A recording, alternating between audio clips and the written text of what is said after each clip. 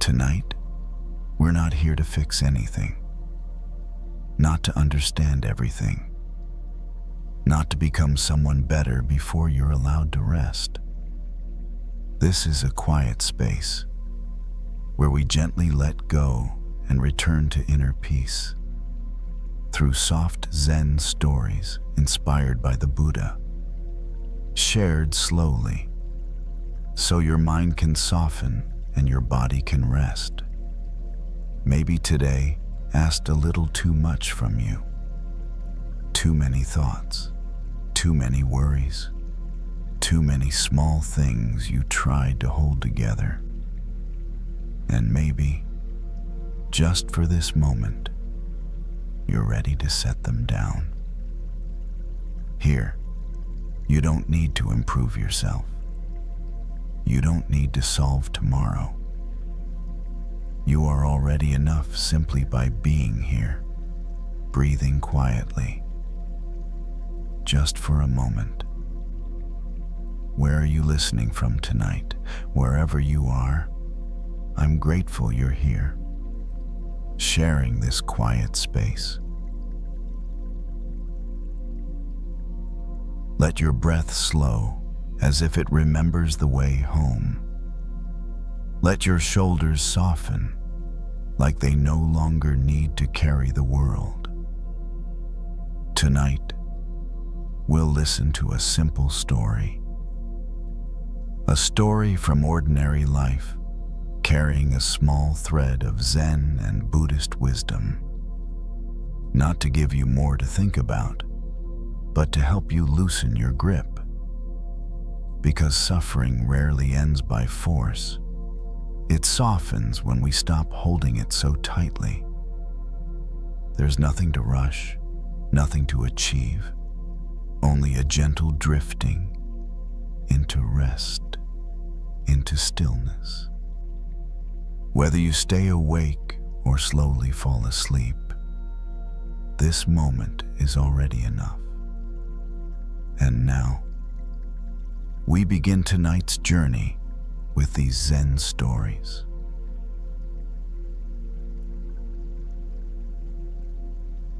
Some kinds of tiredness don't come from doing too much. They come from quietly believing you're still not enough. Not in a dramatic way. Not in a my life is falling apart way. Just a low, steady feeling that you need to keep proving yourself. Keep earning your place. Keep fixing something about who you are. Chris had lived with that feeling for years. He was 42, worked in IT support for a mid-sized company. The kind of job where people only noticed you when something went wrong. Most days he moved through tickets and emails quietly, fixing other people's problems, resetting passwords, keeping systems running so smoothly no one had to think about them. By the end of the day, his shoulders always felt a little tight, like they were holding something up even after work was done. That evening, Chris sat at his small desk in the corner of his apartment. The overhead light was off. Only a desk lamp was on, casting a soft circle of light across the wood surface. Outside traffic hummed in the distance, steady and far away, like the city breathing on its own. His laptop was open, but he wasn't really looking at it. An inbox sat half cleared. A few messages he meant to answer later. Nothing urgent, nothing on fire. Still, his chest felt restless. Chris leaned back in his chair and reached for the hoodie hanging on the back. It was old, soft, the kind of hoodie you don't throw away because it still feels like home. As he pulled it on, his fingers brushed against something inside the pocket. He paused. There was a small weight there, familiar but unexpected. Chris slid his hand into the pocket and pulled out a coin. Not a valuable one, just a worn, slightly scratched coin he'd carried around for years without thinking much about it. A friend had given it to him a long time ago after a rough patch, saying something like, "Just keep it with you. You don't need a reason." Chris rolled the coin between his fingers. The metal was warm now, shaped slightly by time. He couldn't remember the last time he'd actually noticed it. It was strange how something could be with you for so long and still feel forgotten. He held the coin in his palm and let his hand rest on the desk. The lamplight caught the edges, dull but steady. Nothing special to look at. Nothing that would impress anyone. And yet, there it was. Present, real, already his. Chris didn't think anything profound. He didn't suddenly feel confident or healed. But something inside him slowed just a little. All day he had been moving through the world as if he needed permission to take up space, as if his worth depended on being useful, being needed, being noticed at the right moments. Sitting there now, he noticed how automatic that habit was. How easily his mind went to questions like, did I do enough today? Did I say the right thing? Did anyone really see me? None of those questions felt loud. They were quiet, practiced, almost polite. Chris closed his hand gently around the coin, not squeezing it, just holding it, feeling its shape against his skin. There's a story in old traditions about someone who wandered for years, poor and exhausted, begging for scraps, never realizing that a priceless jewel had been sewn into the lining of his own clothing the whole time. Chris didn't know that story. He didn't need to. He only felt the simple truth of the moment. Nothing had changed about him in the last 10 minutes. He hadn't achieved anything, hadn't fixed himself, hadn't become more impressive. And yet sitting there, he didn't feel as empty as before. He set the coin back into the pocket and zipped the hoodie halfway up. The fabric brushed against his neck, familiar and grounding. He rested his elbows on the desk and let his gaze soften, not really focused on anything in particular. Outside, a car passed. Somewhere, a door closed. Life kept moving without asking anything from him. Chris noticed his breathing without trying to control it. In and out. A little slower now. A little deeper, without effort. It occurred to him that maybe his exhaustion didn't come from lacking something. Maybe it came from constantly reaching for what was already here. The thought didn't demand agreement. It didn't try to convince him. It simply passed through like a quiet observation and left space behind it. Chris leaned back again, chair creaking softly. He didn't rush to stand up, didn't rush to do anything at all. For the first time that evening, he let himself be exactly as he was, without adding a silent requirement to improve. Chris stayed there for a while longer, not doing anything in particular. The desk lamp hummed faintly, the kind of sound you only notice when the room gets quiet enough. His laptop screen dimmed on its own, then went dark. He didn't reach out to wake it. The room felt softer without the light from the screen. Shadows settled into their places. Nothing demanded his attention. He stood up slowly and walked toward the window. The glass was cool when he rested his fingertips against it. Down below, a few apartment lights were still on. Others had gone dark. People ending their days in their own quiet ways. Chris had spent years believing that value came from being seen, from being useful. from being the one who had the answer when something broke. But standing there now, he noticed how none of that was required in this moment. The world wasn't asking him to prove anything. It was just continuing. He let his forehead rest lightly against the window for a second, then stepped back. The hoodie hung loosely on his shoulders. The pocket felt heavier than it should have, not because the coin weighed much, but because he was finally aware of it.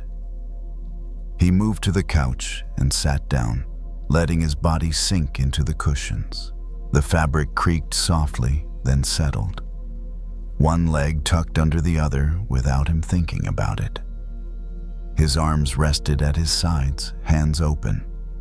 It was strange how unfamiliar that felt. Open hands, not holding onto a task, not gripping a thought. A memory floated up uninvited. A younger version of himself trying to be quieter, trying not to take up space, learning early that approval felt like safety. The memory didn't sting. It didn't need analysis. It just passed through like a shadow moving across the floor. Chris noticed something else then. Even in the middle of all those years of trying, something in him had never actually been missing. Tired, yes, doubting often, but not broken. The coin in his pocket hadn't made him valuable. It hadn't changed who he was. It had simply reminded him of something that was already true. He closed his eyes for a moment, not to meditate, just to rest them. The room didn't disappear. It stayed steady and quiet around him. His breathing found its own rhythm. In through the nose, out through the mouth. No counting, no correction. Just the body doing what it knows how to do when it's allowed to stop performing. Thoughts came and went. A half-formed plan for tomorrow, a grocery list, a line from a song he couldn't quite remember. None of them stayed long. None of them needed an answer. There was a gentle relief in realizing that wholeness didn't feel like excitement. It felt like not having to reach anymore. Chris shifted slightly on the couch and felt the coin press against his hip. He smiled barely. Not because it was meaningful, but because it was simple.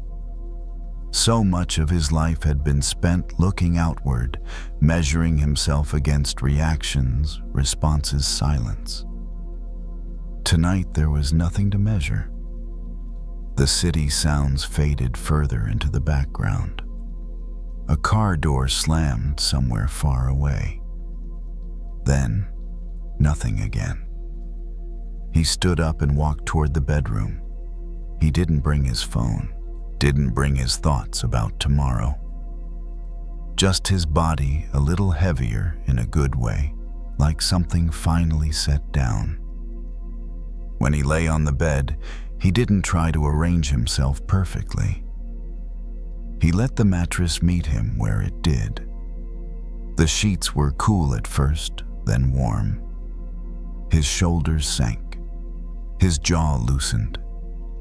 The jewel in the pocket stayed where it was. It didn't need to be taken out. It didn't need to be admired.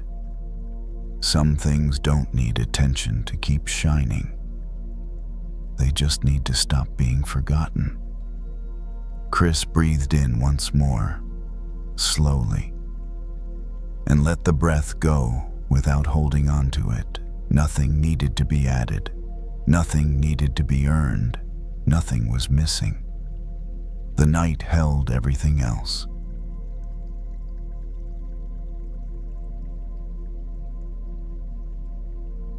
Some evenings don't feel heavy because of what happened during the day.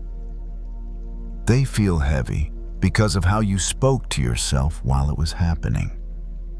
Not out loud, just quietly in ways no one else could hear. Jasmine had gotten used to that voice.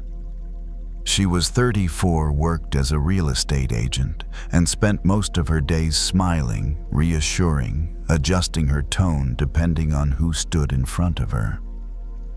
Confidence was part of the job. Calm, too. People wanted to feel safe when they talked about homes, money, futures. Jasmine knew how to give them that feeling. What she rarely gave herself was the same kindness. That night she came home later than planned. Not late enough to be a problem, just late enough to feel the day lingering in her body. She slipped off her shoes, dropped her keys in the bowl by the door, and went straight to the bathroom without turning on the overhead lights. The small lamp above the mirror was enough. She turned on the faucet and washed her hands slowly, watching the water move over her skin. Clear, steady, predictable. The fan hummed softly above her, filling the room with a low, even sound. Jasmine looked up at the mirror without really meaning to. Her reflection stared back, familiar and slightly tired. Nothing wrong with it. Nothing remarkable either. Just a face at the end of a long day. And then the voice showed up. "You should have handled that call better. You sounded unsure. You probably came off as unprepared." The thoughts arrived the way they always did, quick, automatic, dressed up as helpful feedback. Jasmine didn't flinch. She had heard them so many times they felt like part of the background. She reached for a towel and dried her hands, her eyes still on the mirror. For a moment, she noticed something small. The tighter her thoughts became, the harder her face looked. Jaw set, brow slightly furrowed, shoulders rising without permission. She exhaled without planning to. The face in the mirror softened just a little. Jasmine leaned closer and rested her hands on the edge of the sink. The glass reflected her exactly as she was. Not worse, not better, just accurate. She thought about how often she treated herself like a project that needed constant improvement. How every interaction became something to review, every silence something to interpret. The world in her mind felt sharp because her inner lens was sharp. The mirror didn't argue. It didn't reassure her either. It simply showed what was placed in front of it. Water continued to run in the sink. Jasmine turned it off and listened to the last drops fade away. The quiet felt wider now, like the room had exhaled with her. She remembered something she once heard, though she couldn't recall where. A lake reflects whatever stands before it. It doesn't decide what's worthy of being seen. That idea stayed with her as she studied her own reflection. Maybe the world hadn't been harsh today. Maybe it had simply been reflecting the way she was looking at herself. That thought didn't accuse her. It didn't blame her. It just hovered, offering space. Jasmine straightened and gently wiped a small smudge from the mirror with her sleeve. The glass cleared only slightly, but enough to notice the difference. The reflection didn't change much, but the effort felt kind. She turned off the bathroom light and walked into the bedroom, leaving the mirror behind. The apartment was quiet. Streetlights cast soft lines across the floor. She sat on the edge of the bed and let her shoulders drop forward, then back. For the first time that evening, she didn't replay the day.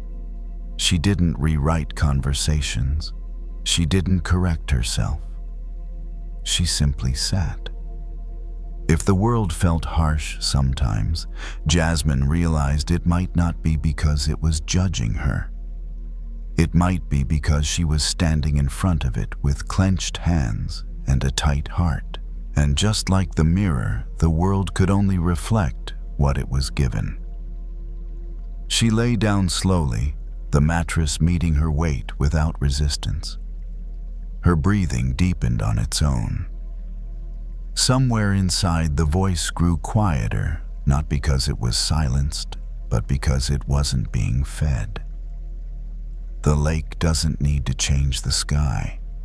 It only needs stillness to reflect it clearly. Jasmine closed her eyes, letting that thought settle without turning it into a rule or a promise. Just a gentle understanding allowed to be unfinished. Jasmine lay still for a while, long enough for the room to lose its edges. The streetlights outside didn't move, but their glow softened as her eyes adjusted. Somewhere below, a car passed and then faded, leaving the night intact again. Nothing called for her attention. Nothing needed a response. Her body began to settle in small, quiet ways.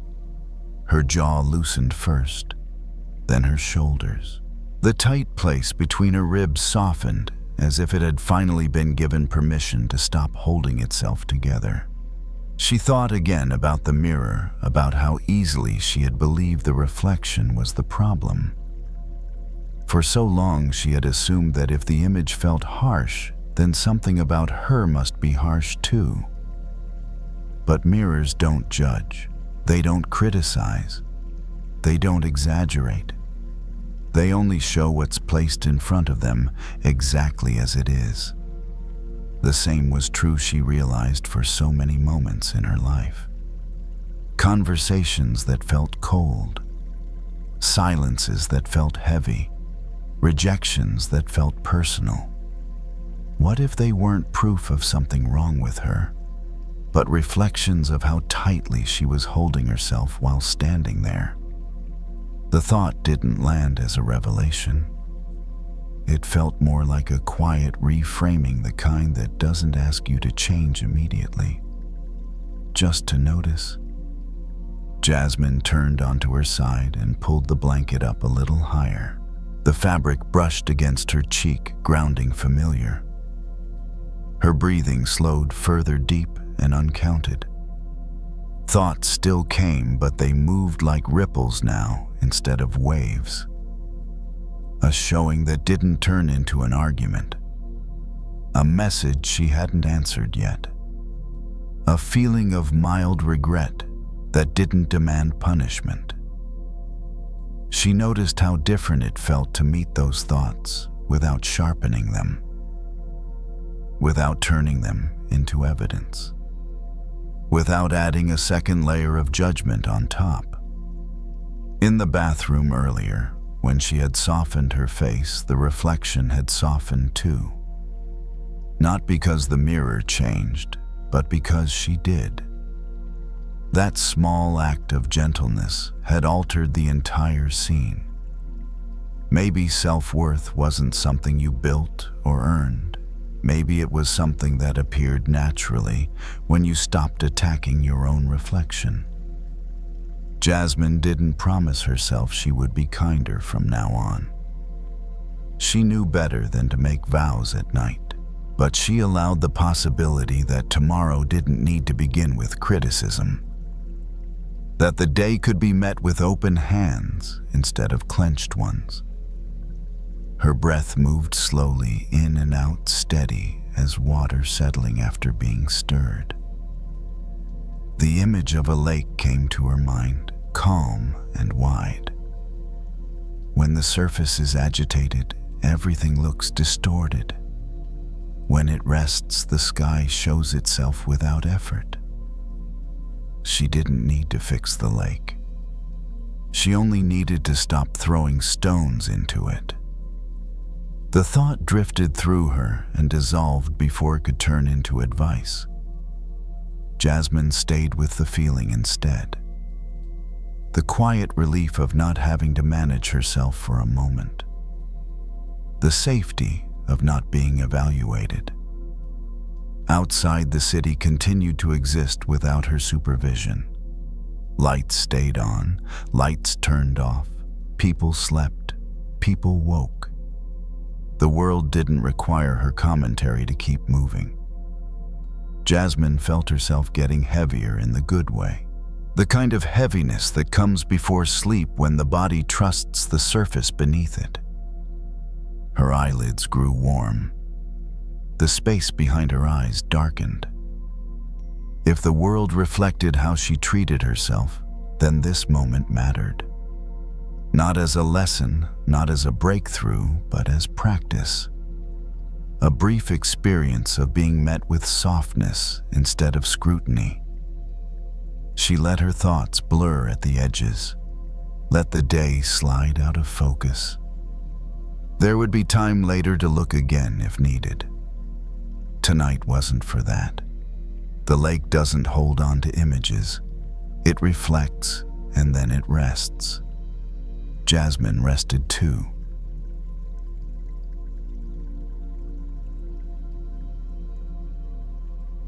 The train rocked gently as it pulled away from the platform, a low metallic rhythm, settling in beneath everything else.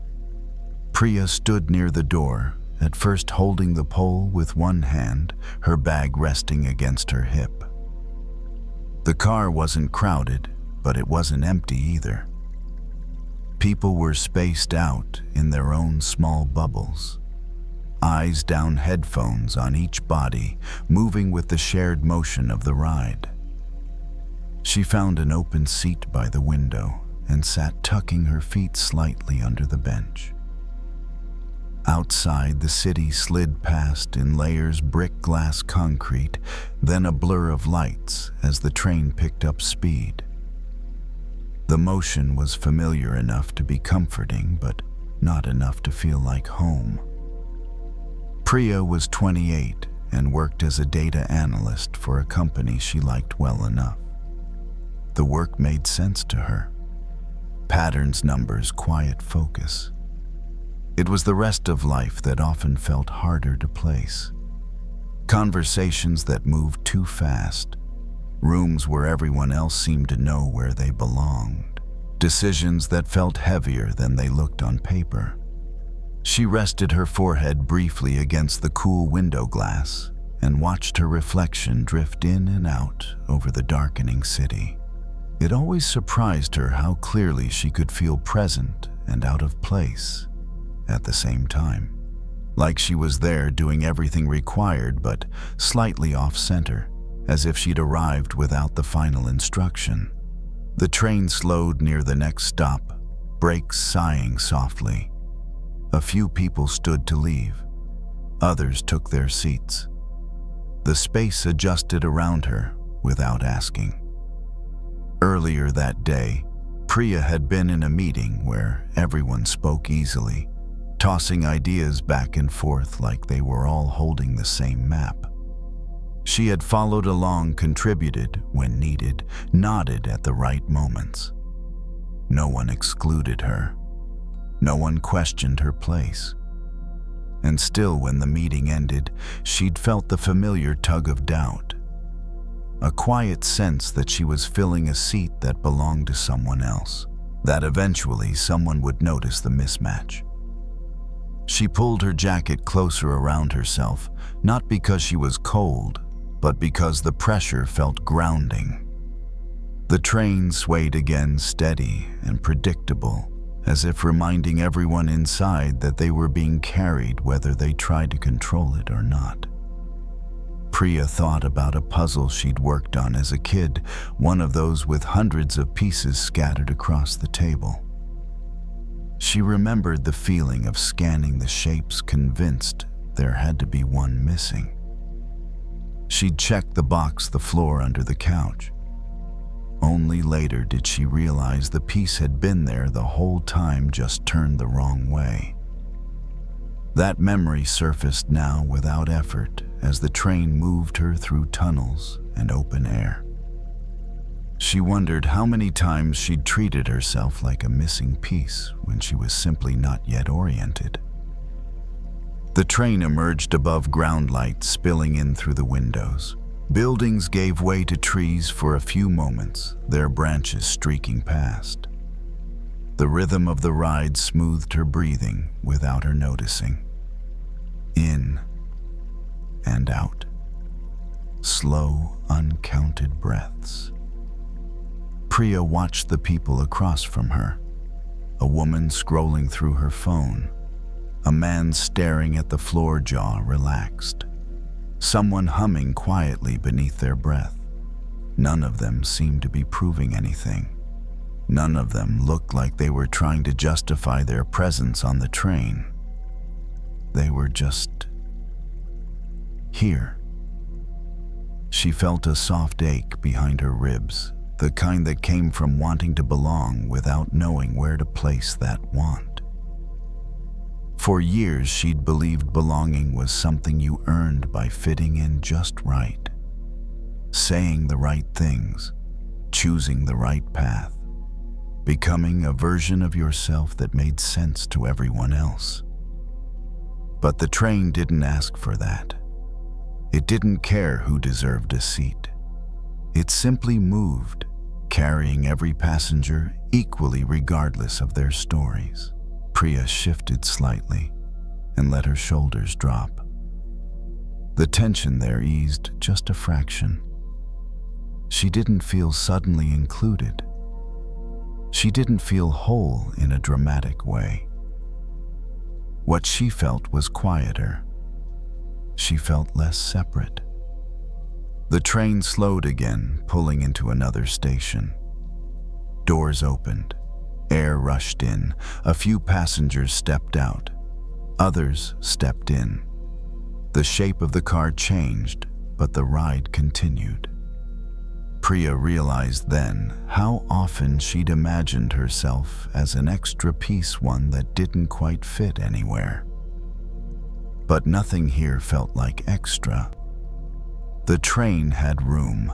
The bench had room. The moment had room. She rested her hands in her lap, palms open, fingers relaxed.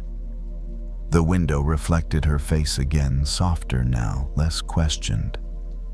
She didn't need to decide where she belonged tonight. She didn't need to solve herself before the next stop. Maybe she wasn't missing.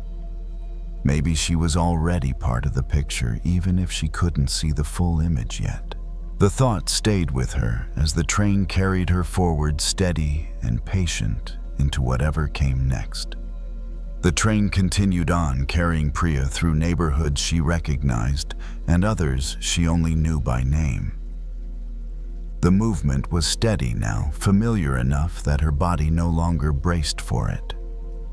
She rested back against the seat and let the window support the side of her head, watching lights pass in long, gentle streaks. She noticed how her thoughts had slowed, not disappeared, just softened around the edges. They no longer lined up to argue her place in the world. They floated in and out like reflections on the glass, present, but not demanding. For most of her life, Priya had believed belonging was something external. A place you arrived at, a group that opened itself to you. A moment when everything finally clicked and you could say, "This is where I fit." Until then, she assumed she was incomplete, waiting for the missing piece that would make the picture whole. But sitting on the train surrounded by strangers who were not really strangers at all, she felt something shift. No one here knew her story. No one needed to. And still she was carried just the same. The idea settled quietly. Maybe belonging wasn't about fitting perfectly into a shape.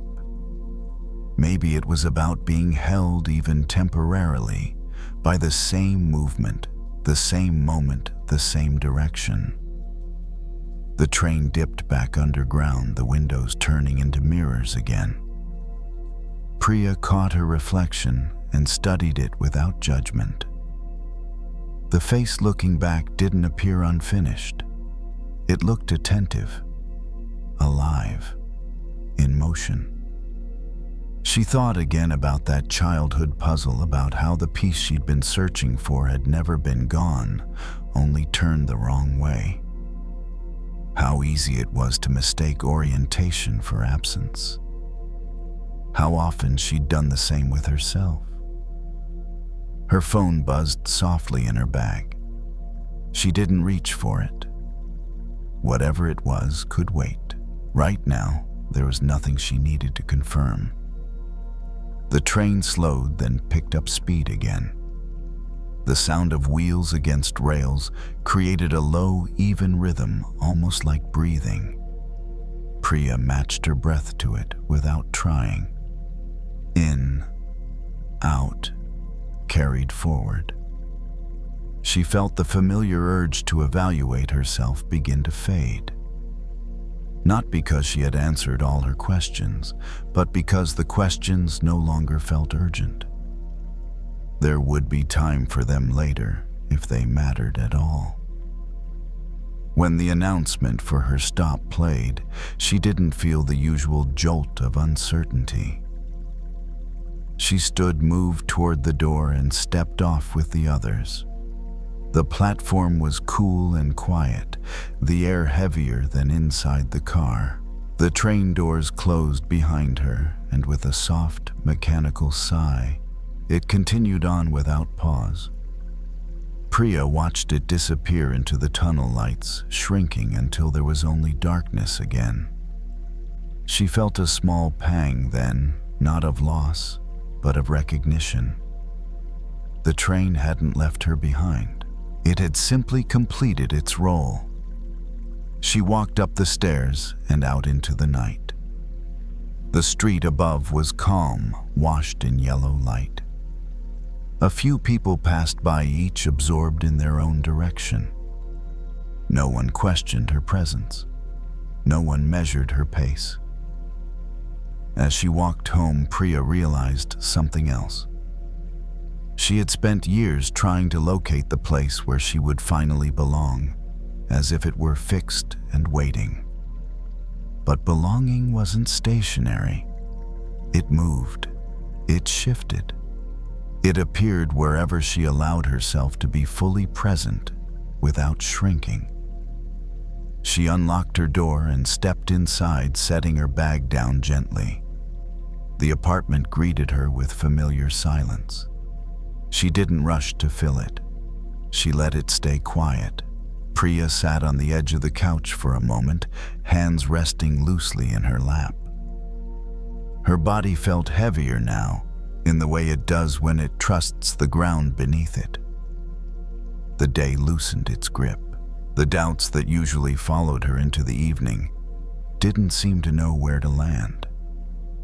She didn't suddenly feel complete in a dramatic sense, but she no longer felt like a piece waiting to be found. She lay down and let her breath settle. The image of the puzzle faded, replaced by something simpler. A sense of being part of a larger movement, even without seeing the whole picture. Nothing needed to click into place tonight. Nothing needed to be resolved. Priya closed her eyes, allowing herself to rest inside the truth that had been there all along. She had never been missing. She had always been part of the whole.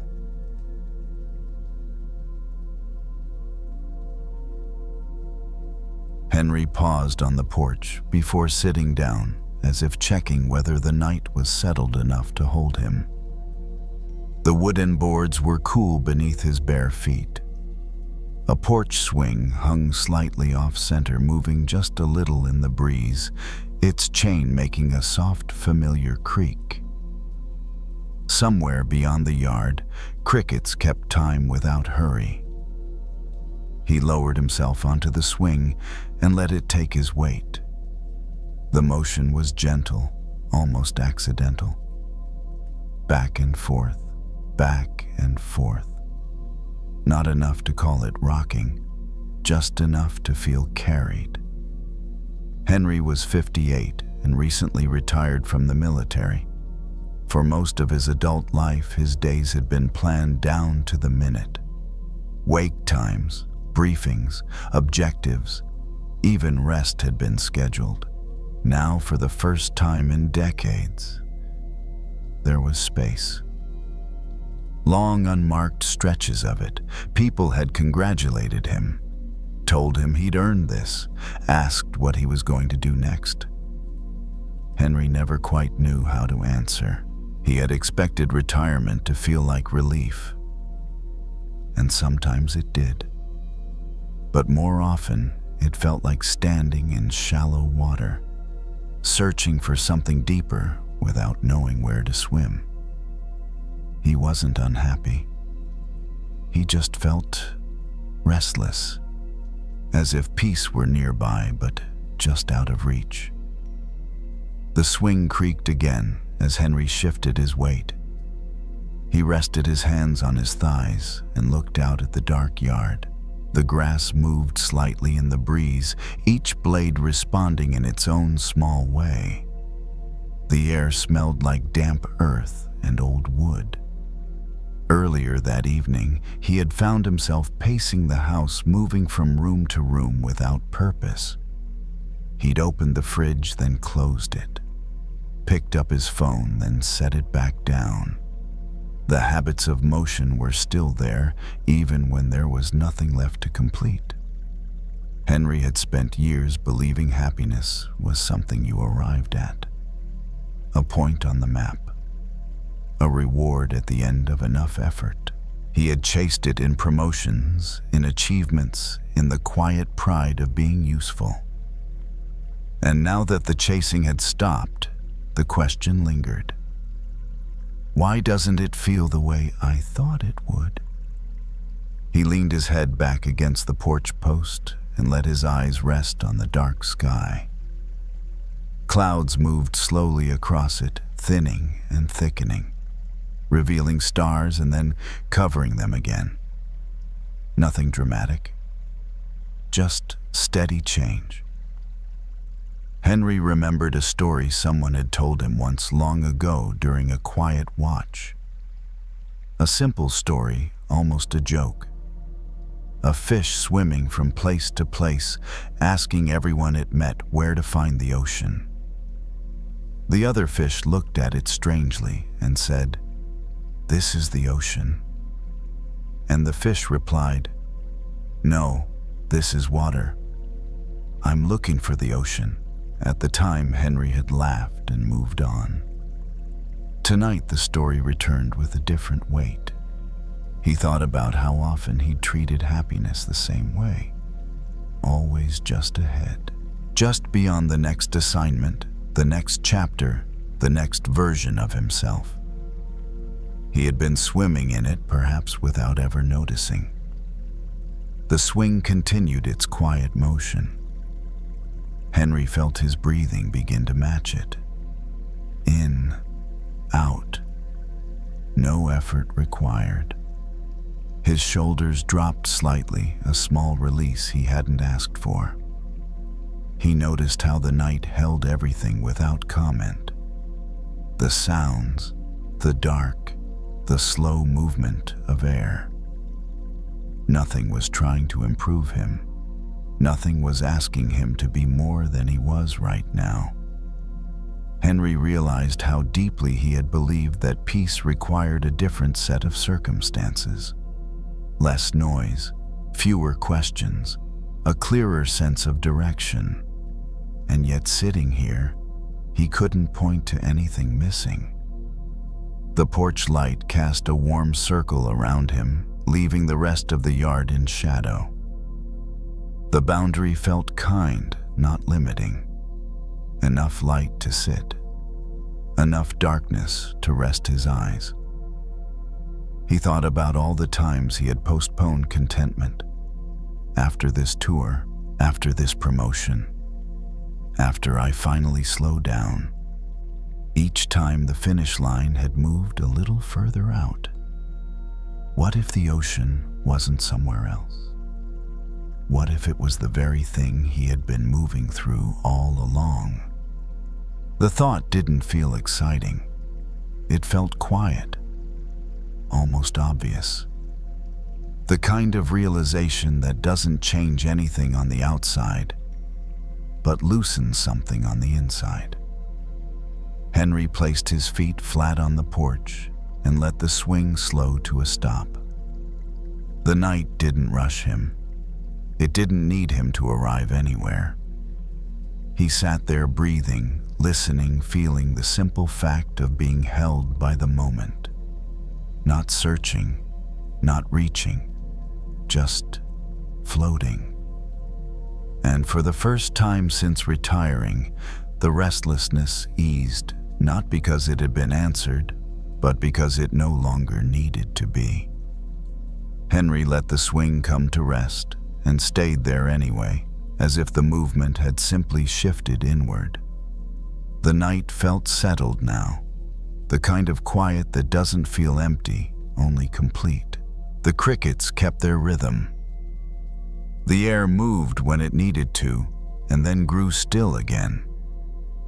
He noticed how different his body felt when he stopped scanning for what was next.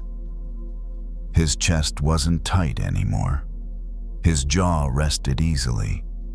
Even the small ache in his lower back felt neutral, like something that didn't need to be fixed right now. For most of his life, Henry had trusted effort, motion, progress.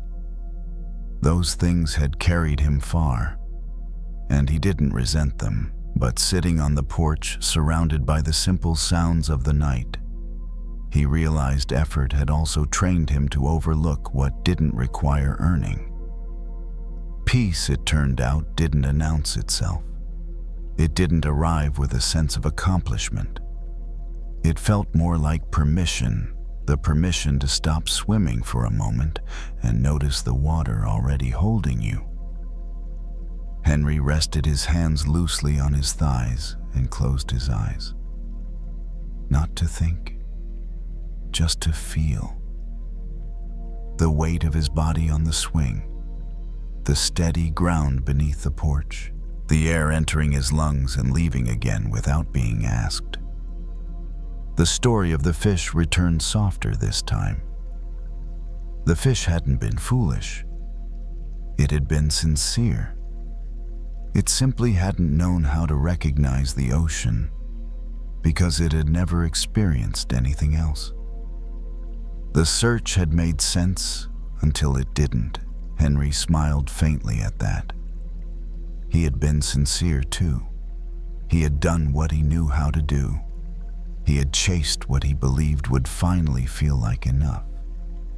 And now, with nothing left to chase, he could see it more clearly. The ocean wasn't a destination. It was a condition.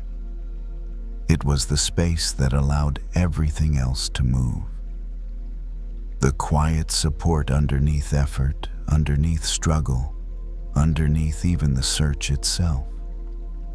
It had been present during every assignment, every long night, every question about what came next. Henry hadn't missed it. He just hadn't needed to notice it before. The porch light hummed softly above him. A cloud slid across the stars, dimming them, and then letting them reappear. Nothing in the sky seemed concerned about being seen the whole time. He thought about the future briefly, about mornings without alarms, days without clear objectives. The thought didn't scare him the way it had before. It felt open, wide, like water.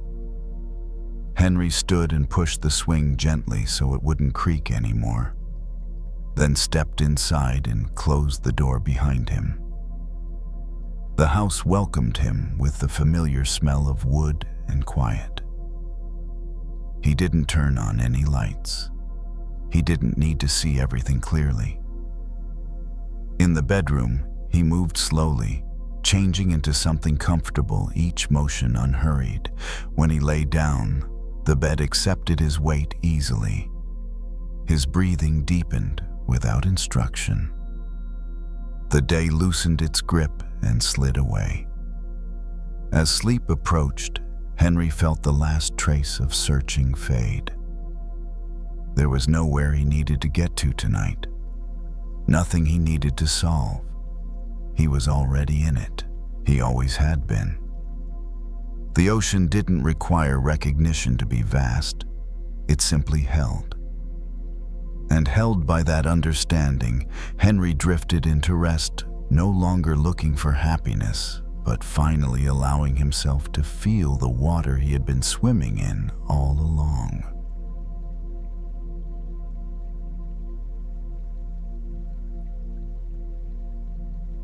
Some mornings don't arrive with energy. They arrive quietly, almost shy, like they're not sure if anyone is ready for them yet. Tyler was already awake when the light started to thin the darkness between the trees. He hadn't set an alarm. He rarely did on days like this. As a park ranger, his schedule shifted with the seasons, with weather, with things that didn't care much about clocks. That morning he stood on a narrow trail just before sunrise, hands tucked into the pockets of his jacket, breath visible for a moment and then gone. The forest was still. Not silent exactly, but waiting. The kind of quiet that feels full rather than empty. Tyler took a few slow steps forward, boots pressing into damp soil. Somewhere above him, a bird began to sing. Just one. A thin, clear sound, unhurried, unafraid of being heard or not heard. It didn't repeat itself for effect. It didn't pause to see if anyone was listening.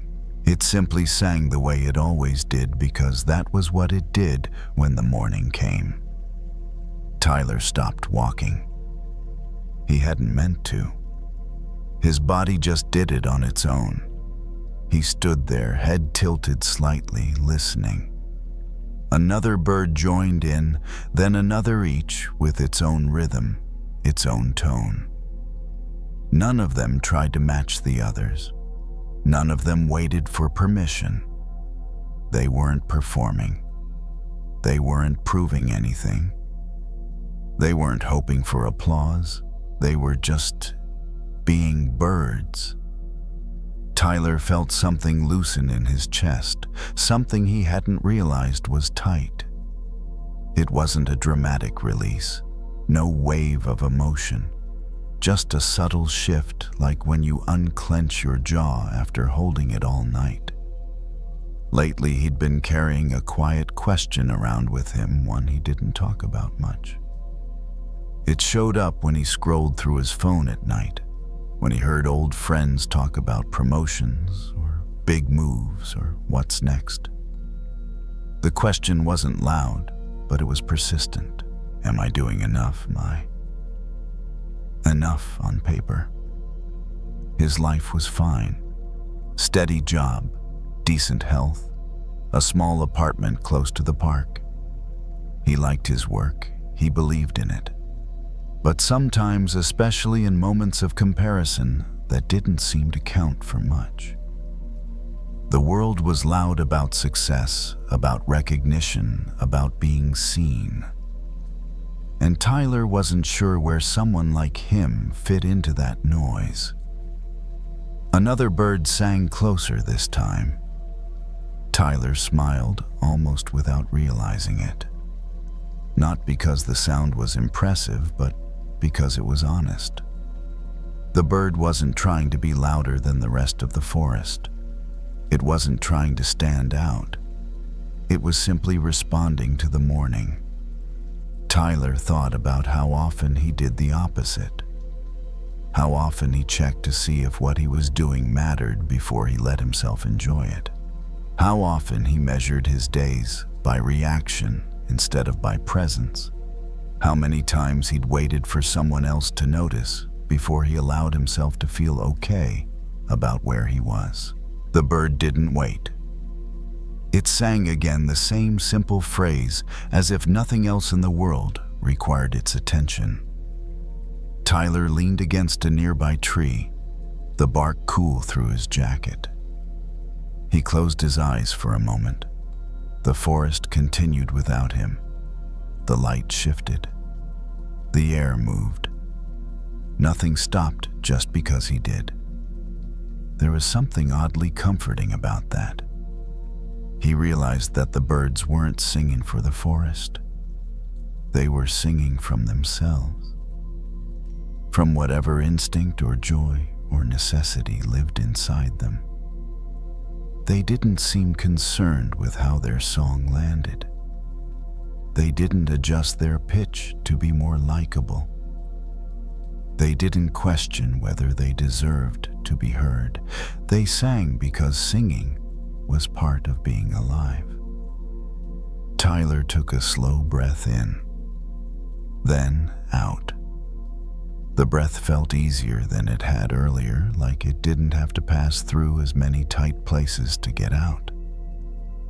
He thought about the small things he loved that no one ever clapped for. Early mornings like this, fixing trail signs, watching fog lift off the ground, listening to the woods wake up. None of it earned praise, none of it went online, but it filled something real in him. Maybe value didn't have to be loud. Maybe it didn't have to be proven. Maybe it didn't even have to be witnessed. Another song rose from the trees, then faded naturally without a dramatic ending. No grand finale, just a soft return to quiet. Tyler opened his eyes. The sky was lighter now, not bright yet, but changing. He straightened up, brushed his hands together, and took a step forward on the trail. The birds continued behind him, unconcerned with whether he stayed or went. As he walked, the question that had been following him didn't disappear completely, but it felt less heavy, less demanding, like it didn't need an answer right now. He didn't need to sing louder. He didn't need to wait for approval. He just needed to keep moving through his own morning at his own pace, and somehow that felt like enough for now. Tyler kept walking as the light slowly spread between the trees. The trail curved gently ahead, familiar, but never boring. He'd walked it hundreds of times in different weather, different moods, different versions of himself. It always looked slightly new anyway. The birds were still singing, though, not all at once anymore.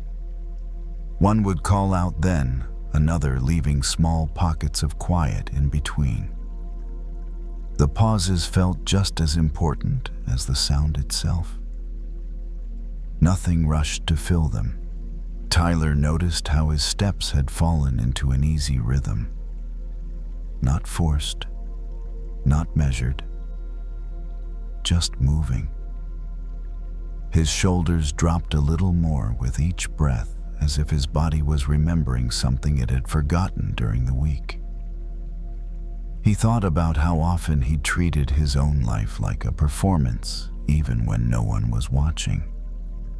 How he'd edited himself internally, adjusting tone and pace, wondering how things looked from the outside.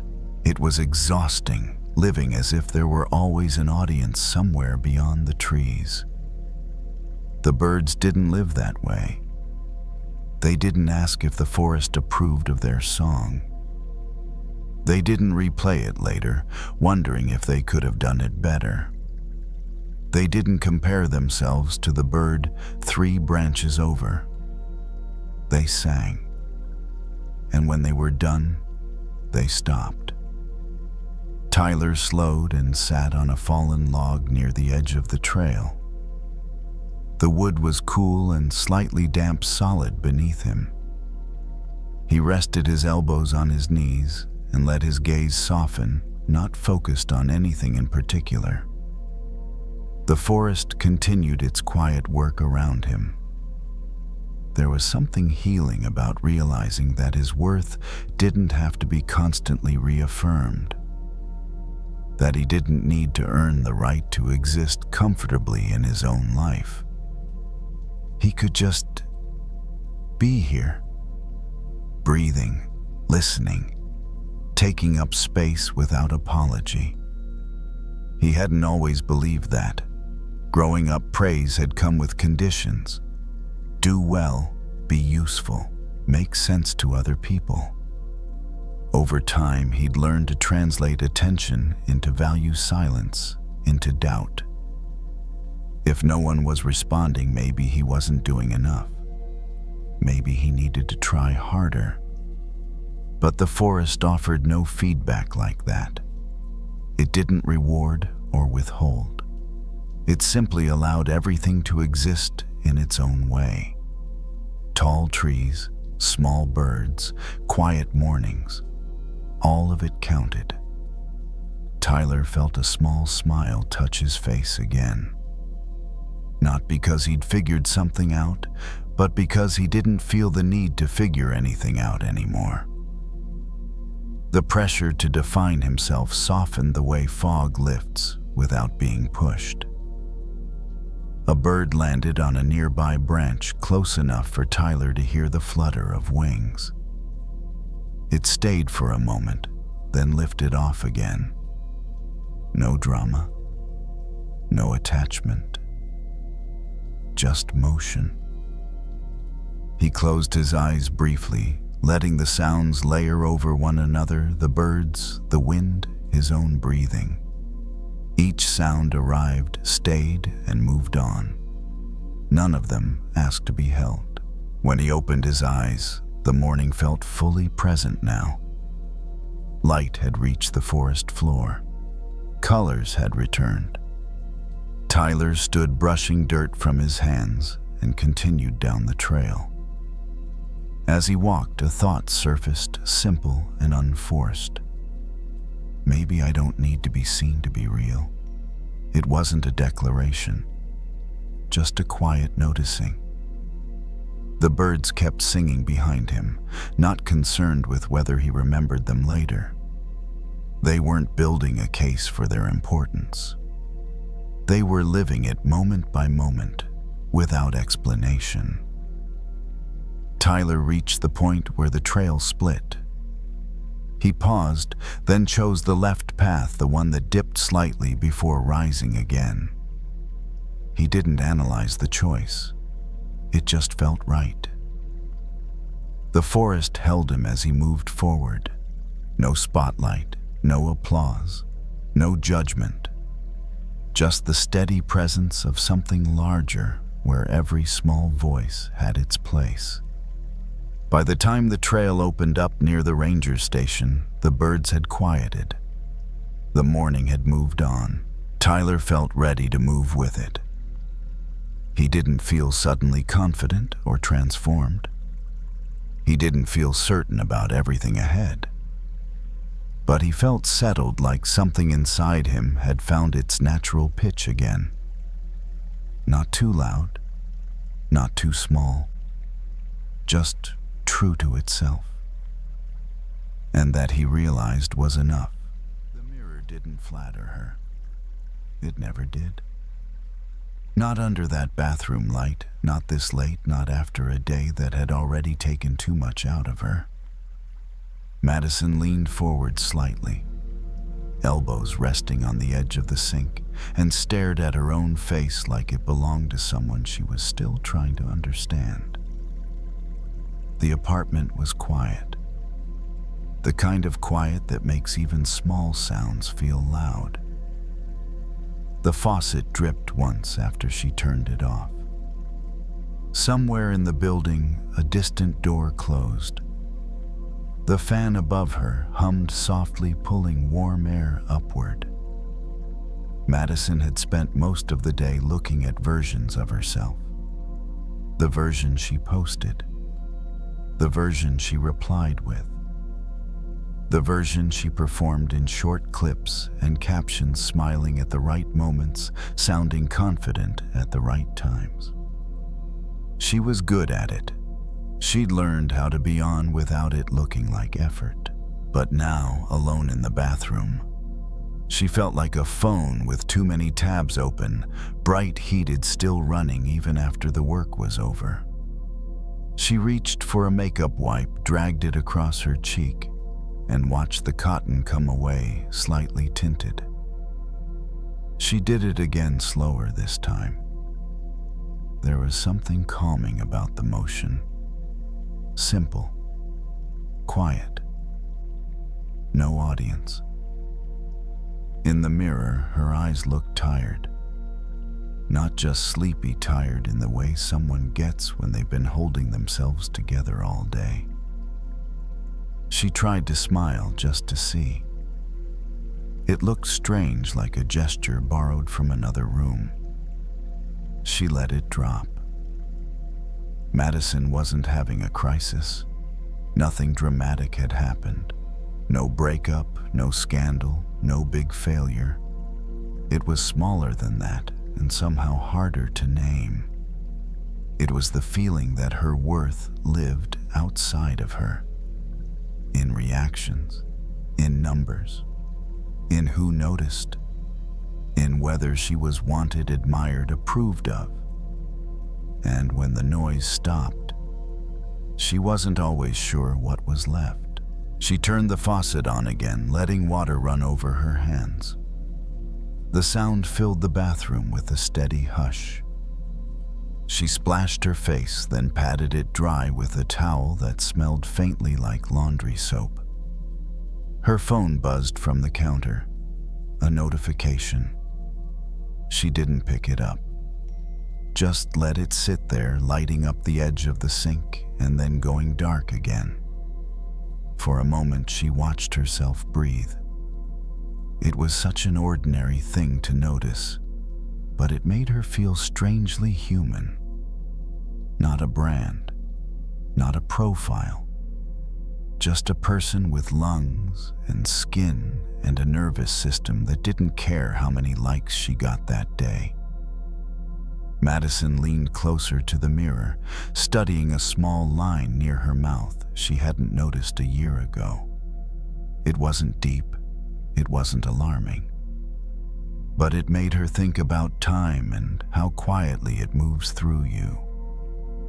A memory drifted in something her grandmother used to say when Madison was little, when she'd run to her crying over a scraped knee or a bad day at school. "Smile at yourself first," her grandmother would say, gentle but certain. "Don't wait for the world to decide if you're worth being kind to." Madison had rolled her eyes back then. It sounded like something from a greeting card.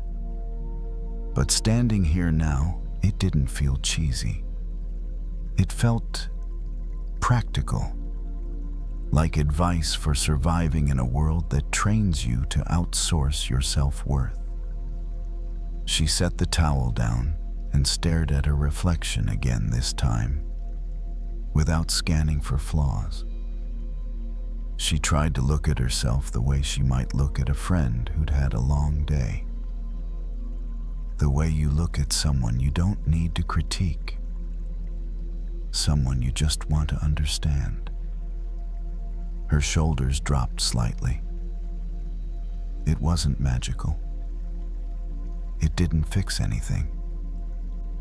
But it shifted something like moving a lamp so the harsh shadow softens. Madison placed one hand on the edge of the sink, grounding herself, and let the other rest on her own collarbone for just a second. The warmth of her skin under her palm felt real, immediate. Not a thought, not a story, just contact. She breathed in, then out, not as a technique, just as a permission. The phone buzzed again faintly. She ignored it again. The world could wait 2 minutes. The world could wait 10. She looked at her own eyes in the mirror.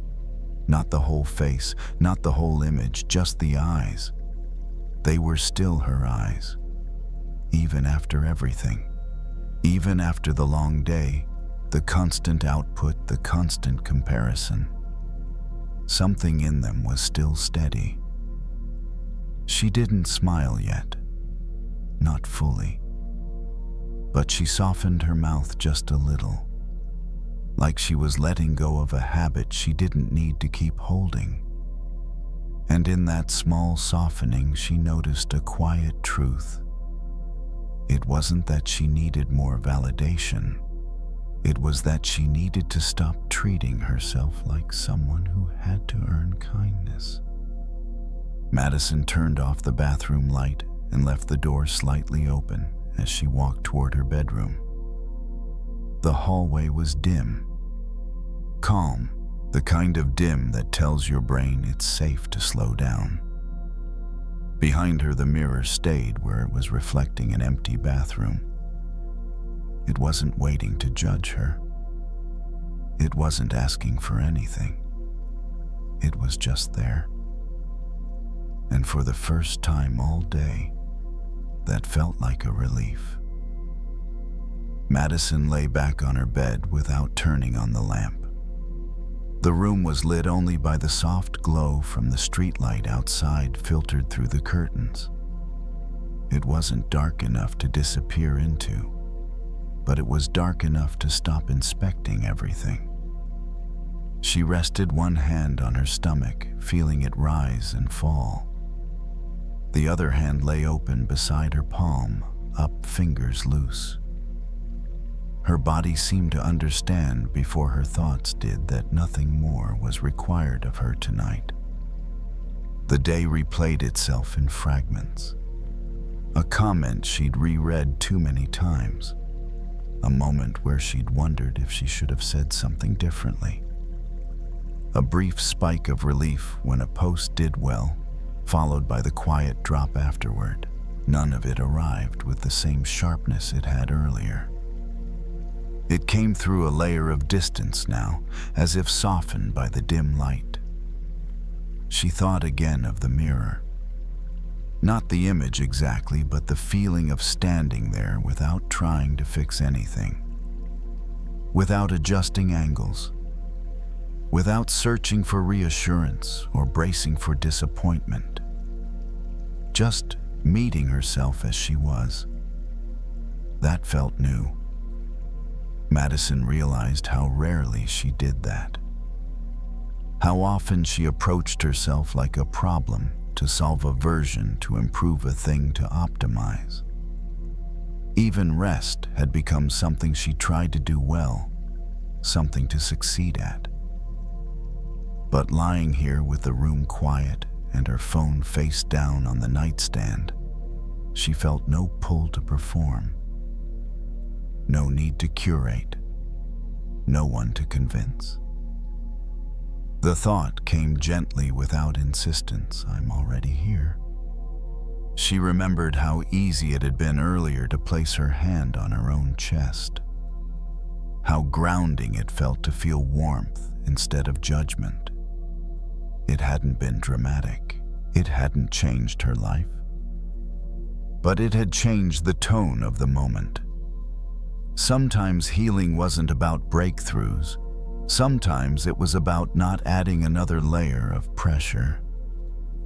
Madison rolled slightly onto her side, tucking her knees in just enough to be comfortable. The sheets were cool. The pillow held the familiar shape of her head.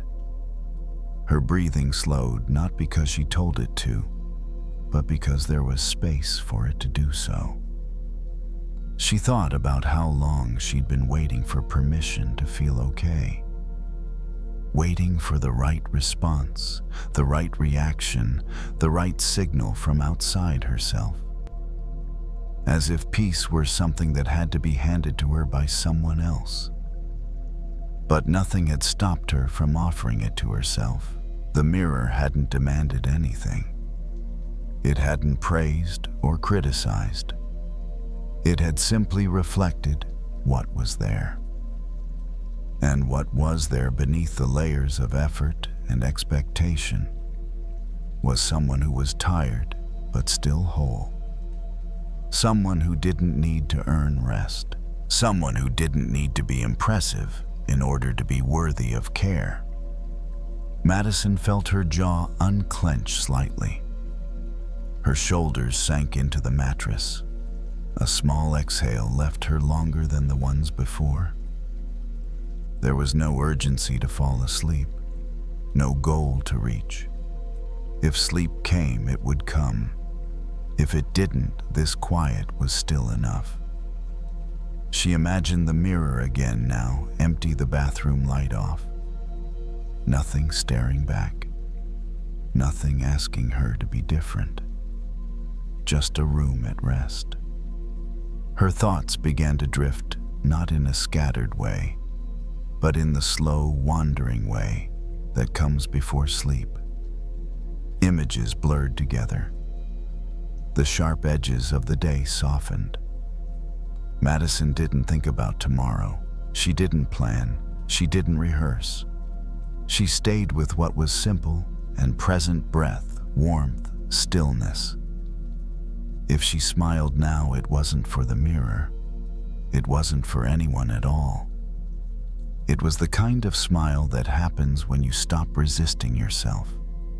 Small, private, almost imperceptible. She let it fade naturally. In the quiet, there was nothing to fix, nothing to prove, nothing missing. Just a person resting inside her own life. And that was enough for the night.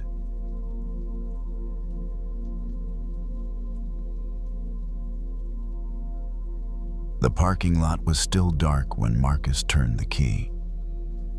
The engine came to life with a low, familiar sound, steady and unremarkable. He didn't pull out right away. He let the car sit there, headlights off, dashboard glowing softly in front of him. It was that hour before morning, fully decided to arrive, the sky not quite black, not quite blue. Marcus rested his forearms on the steering wheel and looked through the windshield. The road ahead was empty. No traffic, no rush. Just pavement stretching forward, waiting. He'd been awake for a while. Not because he couldn't sleep, but because his body had learned this schedule too well. Years of early shifts had trained him to rise before the world did, to move before anyone asked. He liked that about himself. He liked being reliable. He liked being the one who showed up. But lately, something about that had started to feel heavy. Marcus was 41 now. A UPS driver. Strong hands, strong back. The kind of person people counted on without thinking much about it. When something needed to be carried, he carried it. When something needed to be done, he did it. And somewhere along the way, he'd begun to wait. Not consciously, not dramatically, just quietly. He waited for someone to notice, for someone to say, "You're doing enough," for someone to turn on a light and tell him he was headed in the right direction. The dashboard clock glowed faintly. He didn't check the time. He knew it by feel. Marcus reached to the side and picked up his thermos, taking a slow sip of coffee. It was still hot, bitter, grounding. He set it back in the cup holder and exhaled. Across the lot, one streetlight flickered, then steadied. The light didn't reach far, just enough to illuminate a small patch of asphalt beneath it. Everything else stayed in shadow. Marcus watched it for a moment longer than necessary. It reminded him of something his grandfather used to say when Marcus was a kid, whenever he complained about not knowing what to do next. "Don't wait for the sun," his grandfather would say. "Light your own lamp, just enough to see the next step." Back then, Marcus hadn't understood what that meant. He'd thought it was about confidence or bravery or being loud about what you wanted. Now, sitting alone in his truck before dawn, it felt different. Maybe it wasn't about becoming brighter. Maybe it was about becoming steadier. Marcus rested back against the seat. The fabric was worn, molded to his shape over years of use. This truck had seen a lot of his days: early mornings, long routes, quiet lunches eaten alone. It had never asked him to explain himself. He thought about how often he'd measured his worth by how much he could carry, how much responsibility he could shoulder without complaining, how little light he needed from others to keep going. But lately, the waiting had crept in. Waiting for validation, waiting for reassurance, waiting for some external signal that all this effort meant something. The streetlight flickered again, then held. Marcus realized that it didn't illuminate the whole lot. It didn't need to. It only lit what was directly beneath it. Enough to stand, enough to move. He turned the headlights on. The road ahead brightened instantly, the beam cutting through the dimness. Not the whole road, just the part right in front of him. Enough to drive, enough to trust. Marcus felt something shift inside his chest, not relief exactly, but recognition. He didn't need the whole path lit up. He didn't need guarantees. He didn't need permission. He just needed enough light for the next mile. Marcus put the truck in gear and eased forward, tires rolling softly over the asphalt. As he drove toward the exit, the sky ahead lightened almost imperceptibly. Morning would come whether he waited or not, and for the first time in a while, he didn't feel like he was waiting for it. The road stayed quiet as Marcus drove, the tires humming steadily beneath him. Streetlights passed one by one, each illuminating a small circle of pavement before falling behind. None of them tried to light the whole way. They did their part, then let go. Marcus kept his hands loose on the wheel. His shoulders, usually braced for a long day ahead, had softened. The familiar route unfolded in front of him, turns he knew by heart, intersections he could navigate without thinking. The truck moved forward easily, as if it too understood that there was no need to rush. He thought about how long he'd been waiting for something to change. Not the job, not the schedule, but the feeling that his life would somehow feel more complete once someone else acknowledged it. Like the weight he carried would feel lighter once it was seen. But driving like this in the early quiet, he noticed something different. The light he needed was already there. It didn't come as praise or recognition. It came as the steady glow of knowing what to do next. Turn here, slow down there, keep moving. Marcus remembered all the small choices he made each day that no one applauded. Getting up early, finishing routes, helping a neighbor load a box, calling his sister back even when he was tired. None of it felt heroic. None of it needed to. It was enough to be consistent. The sky continued to brighten just slightly, not enough to erase the darkness completely. Marcus didn't watch it closely. He let it happen in the background. He didn't need to track progress to trust that it was happening. He took another sip of coffee. It had cooled a bit, but the taste was still familiar, comforting. He smiled faintly, thinking about how many mornings had started exactly like this. how many he'd rushed through half-present waiting for something else to arrive. This morning felt different, not because anything had changed, but because he wasn't asking it to. Marcus reached a long stretch of road with no lights at all. Just darkness beyond the headlights. The beam ahead held steady, revealing the lane lines and the edges of the road. Enough to keep going. He thought about his grandfather again. About the way he'd spoken without drama, as if what he was saying didn't need to be impressive to be true. Light your own lamp. It didn't mean doing everything alone. It didn't mean shutting people out. It meant not giving away the responsibility of your own sense of direction.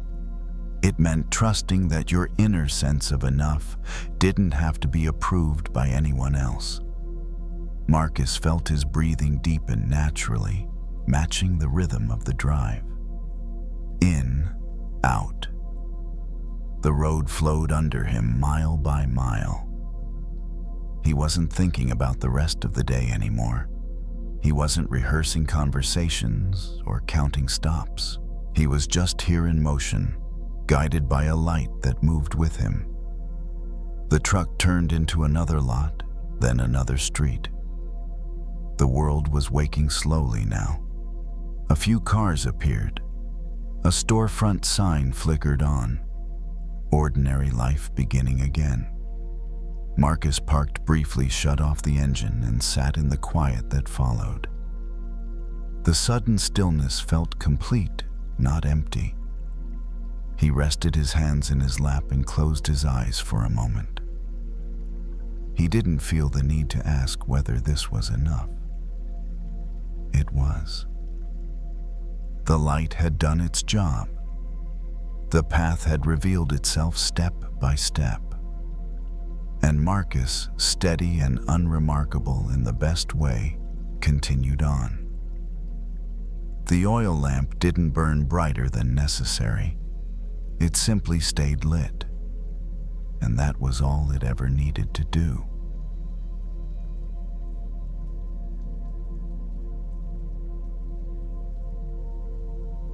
The phone was still in her hand when Priya realized she hadn't heard her own thoughts in hours.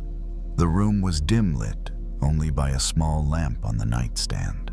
Outside traffic passed in slow waves, the sound softened by distance and glass. Priya lay on her bed with one leg bent, the other stretched out, scrolling without really seeing anything. Opinions, updates, advice, noise.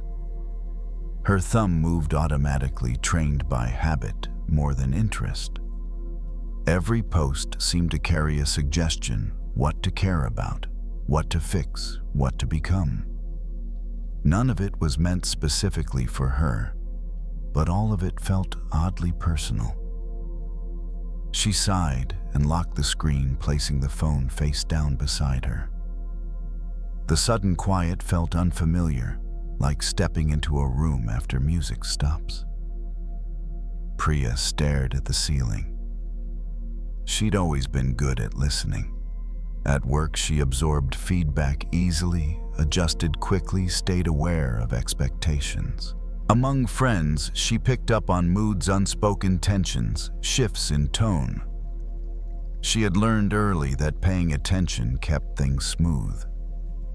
But somewhere along the way, listening had turned outward almost entirely. Lately, she'd felt unsure in small ways. Not lost, just disconnected. Decisions that used to feel simple now came with hesitation. She found herself asking for reassurance more often, checking reactions before trusting her own instincts. It wasn't that she didn't have an inner voice. It was that it had become very quiet. Priya rolled onto her side and pulled the blanket up around her shoulders. The fabric brushed softly against her skin. She adjusted the pillow until it felt just right, then stilled. In the absence of the phone's glow, the room felt larger, slower. Her breathing, which she hadn't noticed before, became more obvious, steady, a little shallow, then deeper. She remembered something her mother used to say when Priya was younger, usually when she was overwhelmed or unsure. If you can't hear yourself, she'd say, it doesn't mean you're lost. It just means the room is loud. At the time, Priya hadn't thought much of it. Now, lying here with the world temporarily muted, the words surfaced gently. She closed her eyes. At first there was nothing, just static, leftover thoughts from the day. Half-finished conversations, to-do lists that hadn't gotten the message that the day was over. She didn't push them away. She let them pass. Slowly the noise thinned. Priya noticed the smallest sensations, the weight of the blanket, the warmth of the mattress, the way her jaw loosened when she wasn't paying attention to it. These weren't messages or insights, just signals that she was here. And then beneath all that, something softer. Not words, not instructions, a sense. It was easy to miss, like a whisper that didn't insist on being heard. It didn't argue. It didn't explain itself. It simply felt true, familiar, almost shy. Priya didn't try to name it. She stayed still, afraid that effort might make it disappear. She realized how different this felt from the noise she usually responded to. The loud opinions came with urgency, with pressure, with certainty about what should be done next. This quiet voice didn't rush. It didn't compete. It waited. Priya breathed in slowly, then out. The quiet didn't go away. It stayed right where it was, not asking to be followed, just asking to be noticed. She thought about how often she'd mistaken volume for wisdom, how often she'd trusted what spoke the loudest, the fastest, the most confidently, and how that had slowly taught her to doubt what arrived gently. The quiet voice wasn't fragile. It was patient. It had been there the whole time. Priya turned slightly onto her back, one hand resting on her stomach. Her breathing deepened again naturally, as if her body recognized the moment before her mind did. She didn't need to decide anything tonight. She didn't need to act on what she felt. She just needed to remember that it existed. The lamp cast a soft circle of light on the wall. The rest of the room stayed in shadow. The outside world continued, but it felt farther away now. Priya let herself stay in that space where nothing demanded her attention, where no one else's voice crowded the room. The quiet voice didn't say much, but it was enough to know it was there. Priya stayed where she was, letting the stillness settle around her. The room felt different now. Not emptier, just calmer. Like a lake after the wind passes when the surface smooths out on its own. The sounds from outside hadn't disappeared completely, but they no longer pulled at her attention. They moved in the background, unimportant. Her breathing slowed without effort. Each inhale felt softer. Each exhale a little longer, as if her body was finally being allowed to finish a sentence it had been holding. The quiet voice didn't grow louder. It didn't need to. It stayed exactly the same, gentle, steady, unconcerned with whether she noticed it again tomorrow. It wasn't there to persuade her or push her toward a decision. It wasn't there to compete with anything else. It simply existed. Priya realized how much trust that required. To speak without urgency, to offer guidance without force, to wait without fear of being ignored. She thought about how often she'd overridden that voice in the past, not because it was wrong, but because it was subtle. Because it didn't come wrapped in certainty or approval. Because it didn't sound like anyone else. But lying here now, she could feel the difference between what calmed her and what agitated her. Between what felt aligned and what felt imposed. The quiet voice didn't make her anxious. It didn't make her feel behind. It made her feel settled. Priya shifted slightly, pulling the blanket higher. The fabric brushed her chin warm and familiar. Her thoughts wandered, but they no longer demanded answers. They drifted like loose threads, not problems to solve. She remembered moments when she'd followed that inner sense without knowing why, choosing a path that didn't make sense to others, saying no when yes would have been easier, leaving something that looked good on the outside but felt wrong on the inside. Those moments hadn't always been comfortable, but they had been honest. The quiet voice wasn't always about comfort. It was about truth. And truth, she realized, didn't need to shout to be real. Her hand rested lightly on her stomach, fingers relaxed. She felt the subtle movement of breath beneath her palm. This body knew things too. It tightened when something was off. It softened when something was right. It had been speaking all along. Priya smiled faintly, not at a thought, but at the realization that she wasn't broken for feeling uncertain. She hadn't lost her way. She had simply been listening in the wrong direction for a while. The noise of the day faded further. Tomorrow didn't press in. The past loosened its grip. There was only this moment, quiet, unremarkable, complete. She didn't promise herself she'd always listen better from now on. She didn't turn the insight into a rule or a goal. She knew the noise would return. It always did. But now she also knew where to find herself when it did. The quiet voice didn't leave. It stayed beneath everything like a steady current under the surface. Always there, always accessible, never demanding. Priya's eyes remained closed as sleep began to approach, not abruptly, but gradually. Her thoughts thinned, stretched, then softened into something less defined. The last clear sensation she noticed was a feeling of trust, not in outcomes, not in certainty, but in her own inner rhythm.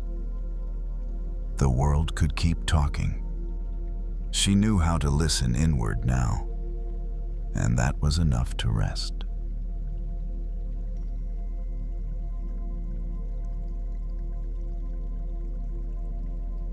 There was an extra chair pulled up to the kitchen island, and no one was sitting in it. It hadn't been there earlier in the day. Earlier, the space was tight, crowded with bags, mail, a half-empty water bottle, a laptop pushed to one side. Everything had a place, and that place was usually right where the hands could reach it. Nothing was meant to rest. Everything was meant to be ready. Now, it was late. The overhead light was off, leaving only the small yellow lamp above the sink. The dishwasher hummed in its steady, forgettable way, like a sound the house made when it was allowed to take care of itself. Outside, a car passed once, then the street went quiet again. The chair was plain, wooden, nothing special. It had been pulled over almost without thinking, just slid across the floor until it faced the island. The person standing there didn't sit down right away. They leaned against the counter instead, arms crossed, shoulders lifted a little higher than necessary. All day, there had been things to hold. A meeting that needed preparation, a message that couldn't be ignored, a problem that wasn't technically theirs, but somehow still ended up in their hands. Even dinner had been eaten quickly, standing up fork resting on the edge of the sink between bites. There was always a sense that if they stopped moving, something might fall apart. The body remembered that feeling now, even though the day was technically over. The shoulders stayed tight. The jaw didn't quite unclench. The mind kept scanning like it was still on duty, waiting for the next thing that might need attention. The empty chair didn't ask for anything. It just stayed where it was. For a moment, the person noticed an odd irritation rise up. The chair felt unnecessary, in the way, like a pause that hadn't been earned yet.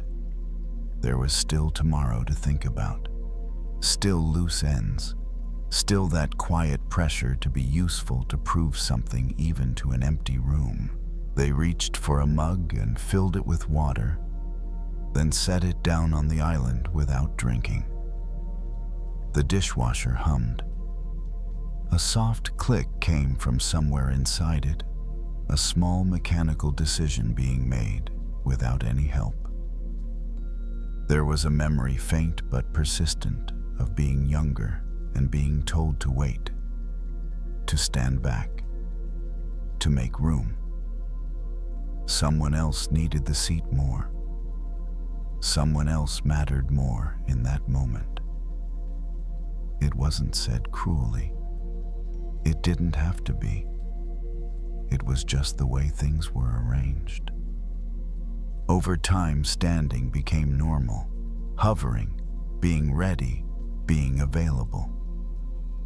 The chair scraped softly as it was pulled back a few inches. The sound was louder than expected in the quiet kitchen.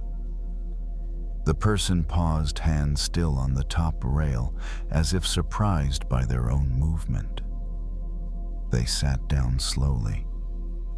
At first it felt wrong, too exposed, like sitting meant admitting something they weren't sure they were allowed to admit yet.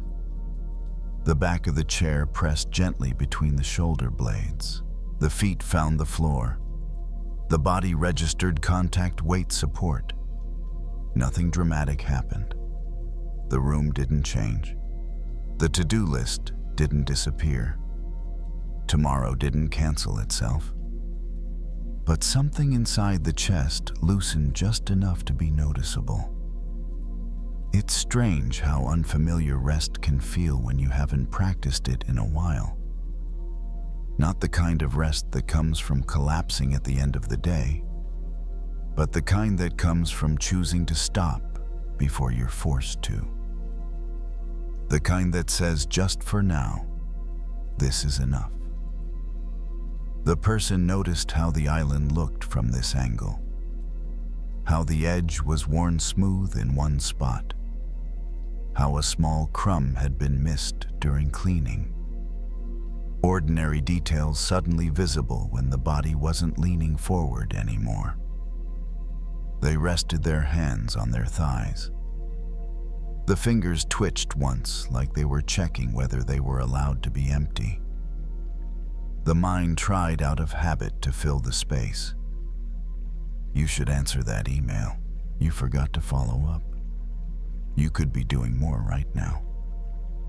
The thoughts arrived the way they always did, lined up and confident, like they belonged there. But tonight they didn't land quite as hard. It was as if the chair absorbed some of the impact, as if having a place to sit gave the body permission not to obey every instruction immediately. There is a quiet kind of exhaustion that doesn't come from doing too much, but from never letting yourself arrive anywhere. From always being slightly ahead of the moment you're in, reaching for the next thing before this one is even settled. The person noticed their breathing, not in a deliberate way, just noticed that it had slowed. The inhale wasn't rushed. The exhale went a little longer than expected, like the body was surprised it had the time. The empty chair across from them stayed empty. It didn't accuse, it didn't compare. It didn't ask them to earn the right to be there. It simply marked a space where effort wasn't required. For the first time that evening, the person let their shoulders drop fully. Not all at once, just a fraction, enough to feel the difference. Enough to realize how high they'd been holding them all day without noticing. They stayed there longer than they meant to. Not because they were trying to heal anything. Not because they were making a point. Just because for once, nothing was pulling them away. And somewhere in that quiet kitchen with the dishwasher humming and the extra chair holding its place, a small truth settled in. Without words, a maybe rest isn't something you get after everything is done.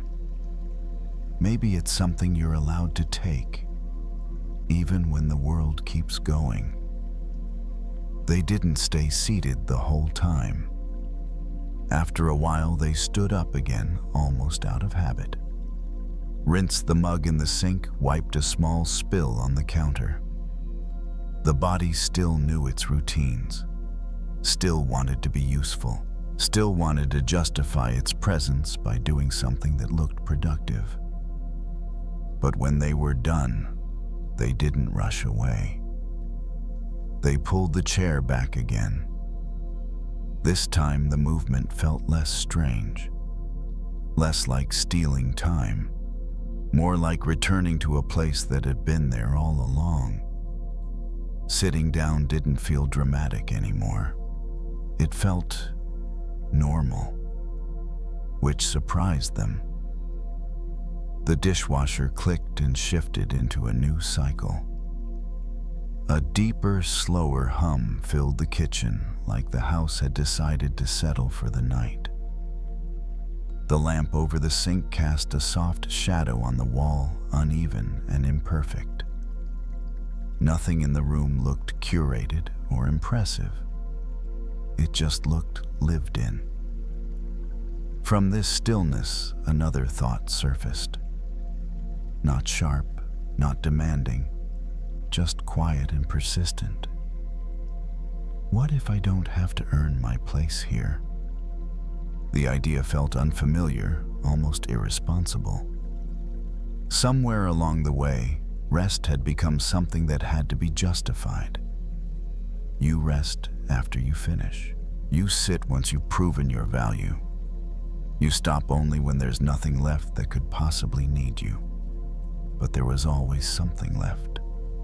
The person thought about how often they'd made space for others without hesitation.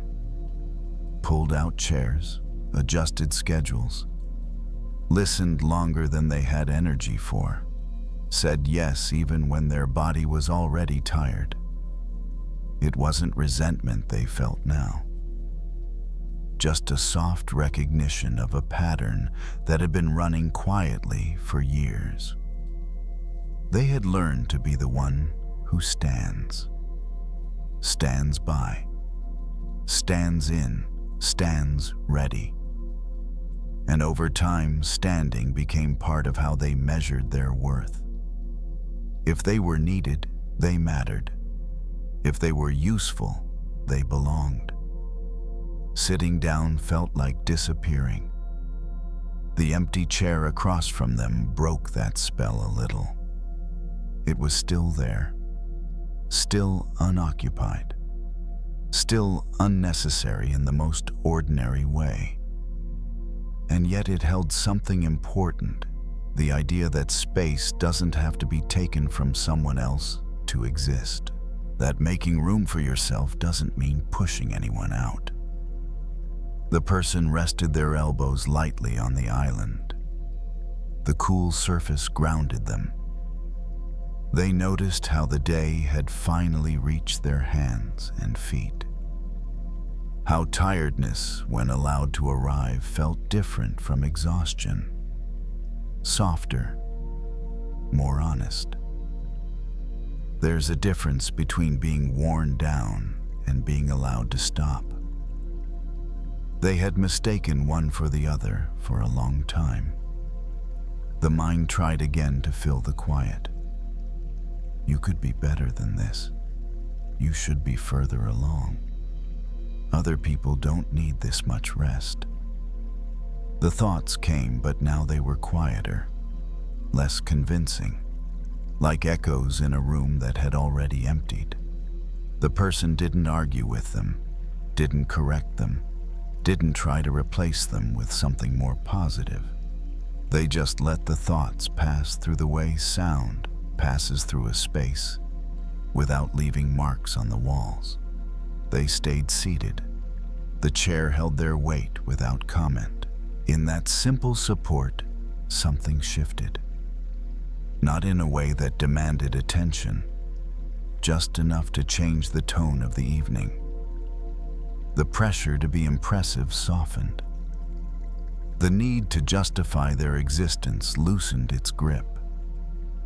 They didn't suddenly feel confident or healed or whole in some dramatic sense.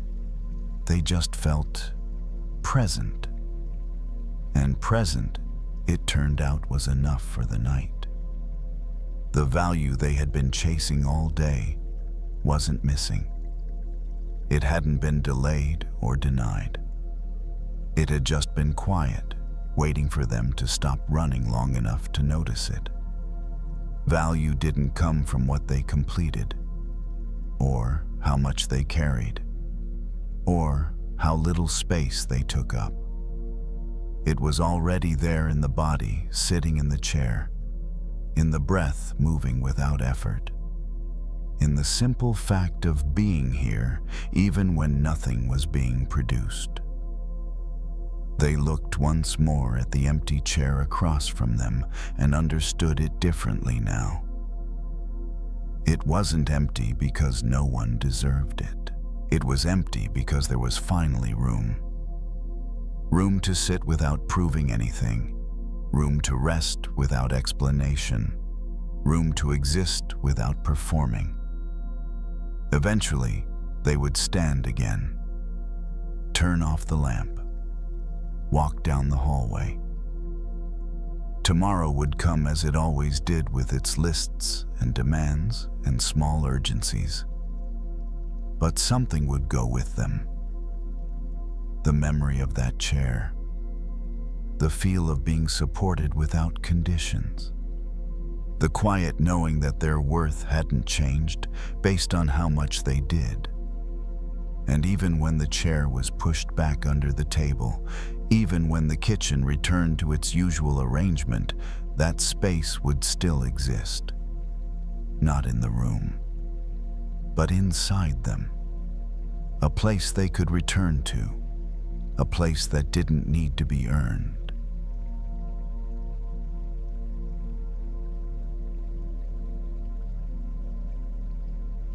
The laundromat was nearly empty. Two machines hummed along the back wall, their metal doors spinning slowly, rhythm steady and unhurried. A vending machine glowed in the corner, offering snacks no one seemed interested in. The fluorescent lights buzzed faintly overhead, casting everything in the same pale wash. They sat on a hard plastic chair, laundry basket at their feet, phone resting loosely in their hand. It was late enough that no one expected conversation. People came here to wait to pass time, to let machines do work they didn't want to do themselves. No one asked questions. No one noticed much. They glanced at their phone again, not because there was anything new, but because habit pulled their thumb downward. Another scroll, another image, another life laid out in a clean frame. Someone announcing a promotion, someone smiling in a new city, someone else posting a caption about finally feeling like themselves. Each image landed quietly, but together they built a familiar weight. Everyone else is moving forward. The thought came without drama. It didn't shout, it didn't accuse. It just settled in heavy and convincing, like a fact that didn't need to be questioned. They locked the phone and slipped it into their pocket, feeling a brief sense of relief followed quickly by discomfort. Without the screen, there was nothing to distract from the feeling underneath. The dryers continued their slow rotation. A loose coin rattled inside one of the machines, tapping metal in a steady, uneven pattern. It sounded almost like a reminder, something small out of place, but persistent. They stood up and walked to one of the washers, pressing their face close to the glass. Clothes tumbled through cloudy watercolors, blending together for a moment before separating again. Socks, shirts, a towel. Ordinary things, indistinguishable in motion. When the cycle ended, they opened the door and reached inside. Warmth met their hands, along with the faint smell of detergent. They pulled out a shirt, then another, stacking them carefully in the basket. As they worked, they noticed their hands. One thumb had a small scar near the joint, barely visible, unless you knew to look for it. A thin white line left behind from years ago. They couldn't even remember how it happened anymore. It had become part of the landscape of their skin. They turned their hands slightly, watching the lines shift as their fingers moved. No two looked exactly the same. The ridges curved and split in patterns that felt deliberate, though they knew they weren't. Fingerprints. They had learned once in school that no two were identical, not in any meaningful way. Even among billions of people, each person carried something that had never been repeated and never would be. Standing there holding damp fabric, the thought felt strange. They had spent so much time measuring themselves against others, matching timelines, comparing achievements, wondering why their path looked slower, messier, less certain. It rarely occurred to them to question the comparison itself. You don't expect one fingerprint to match another. You don't call it a failure when it doesn't. The idea hovered, not quite landing yet. They moved to a folding table and began laying clothes flat, smoothing out wrinkles with the side of their hand.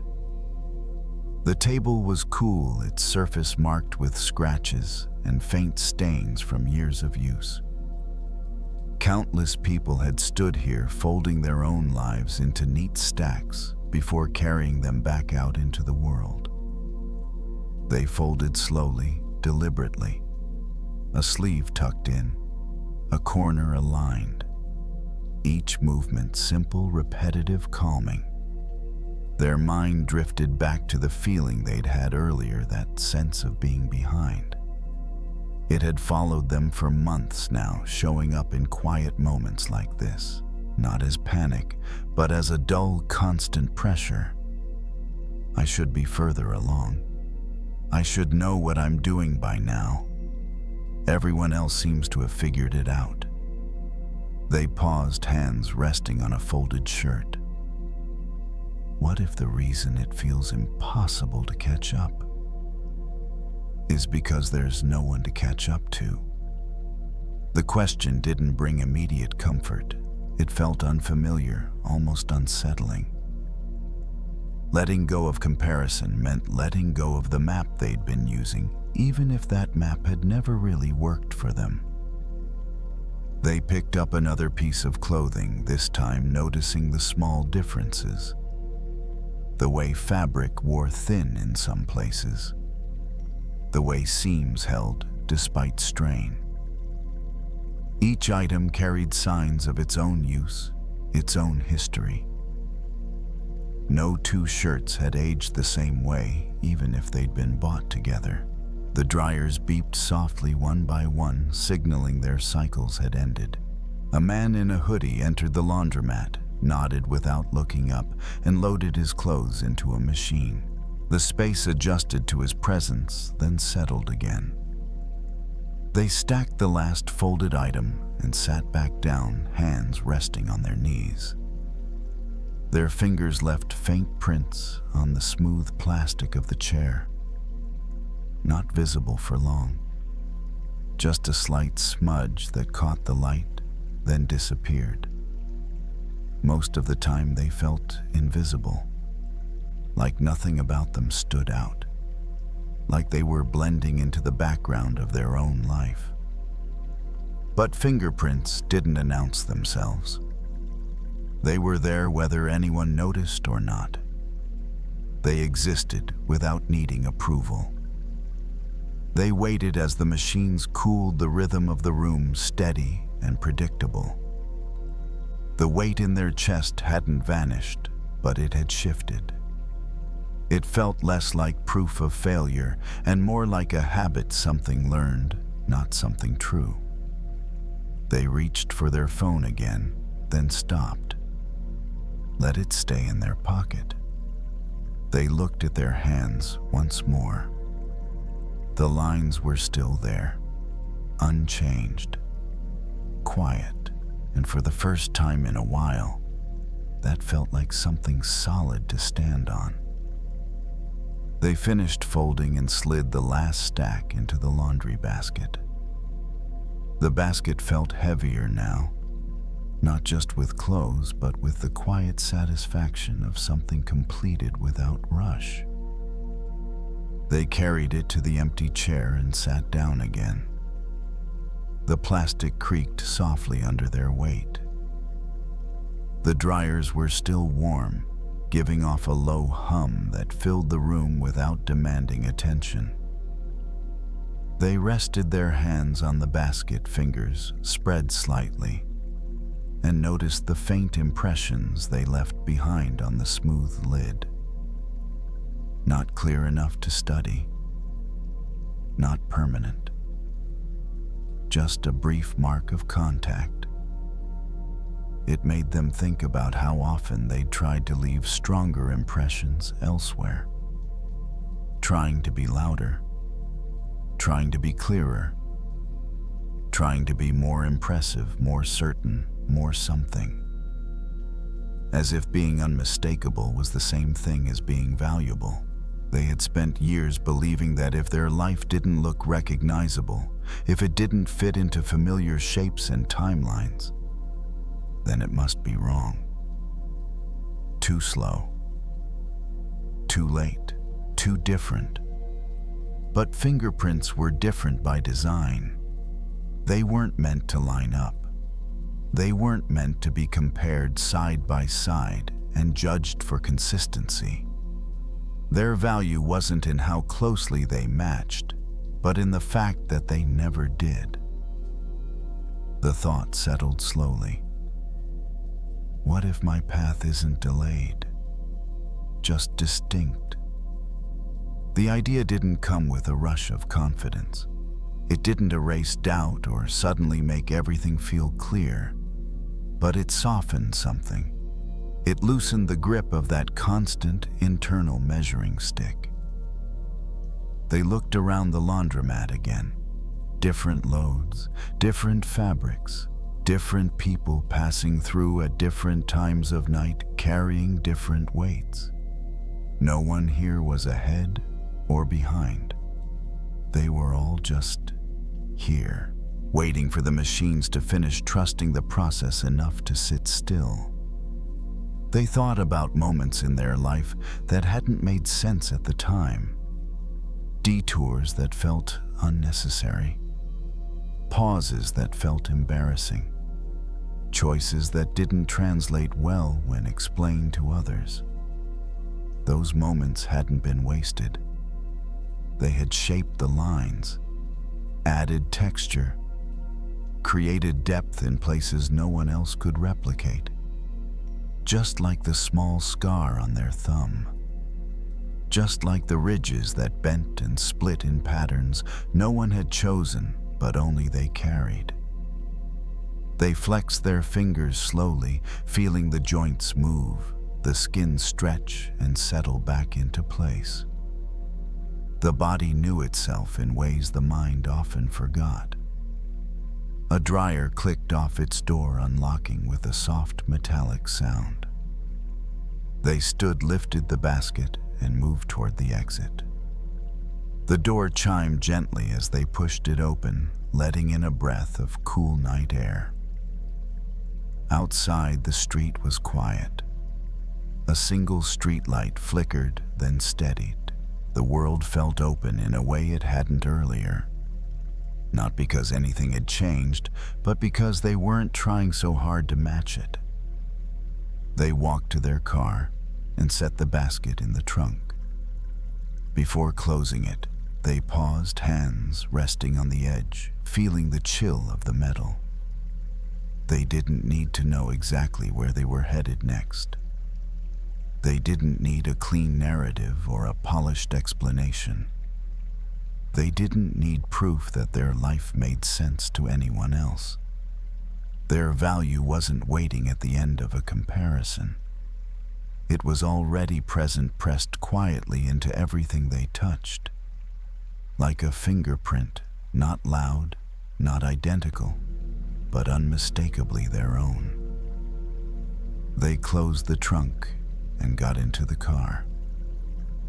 As they drove away, the laundromat lights faded in the rearview mirror, replaced by the steady flow of the road ahead.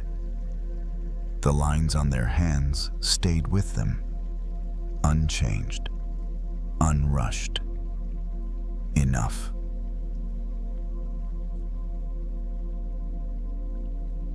They didn't remember when it started, not the moment exactly. Just the feeling of slowly adjusting themselves to fit. Lowering their voice in certain rooms, choosing words carefully, smiling at the right time, holding opinions loosely even when they felt strong inside. It wasn't a lie, it was adaptation. And for a long time, it felt like maturity. That evening, they were walking through their neighborhood as the light faded. Street lamps flickered on, one by one, casting soft pools of yellow on the sidewalk. Leaves crunched underfoot. Somewhere nearby, a dog barked once, then went quiet again. They walked without headphones, hands tucked into their jacket pockets, letting the night sound be enough. The day had been full of small compromises, nothing dramatic, no conflict worth naming, just moments where they felt themselves hesitate before speaking, where they checked the room before responding, where they adjusted not because they were afraid, but because it felt easier, easier to be agreeable, easier to be flexible, easier to be liked. By the time they got home, they often felt strangely tired, even on days when they hadn't done much. The exhaustion didn't come from effort.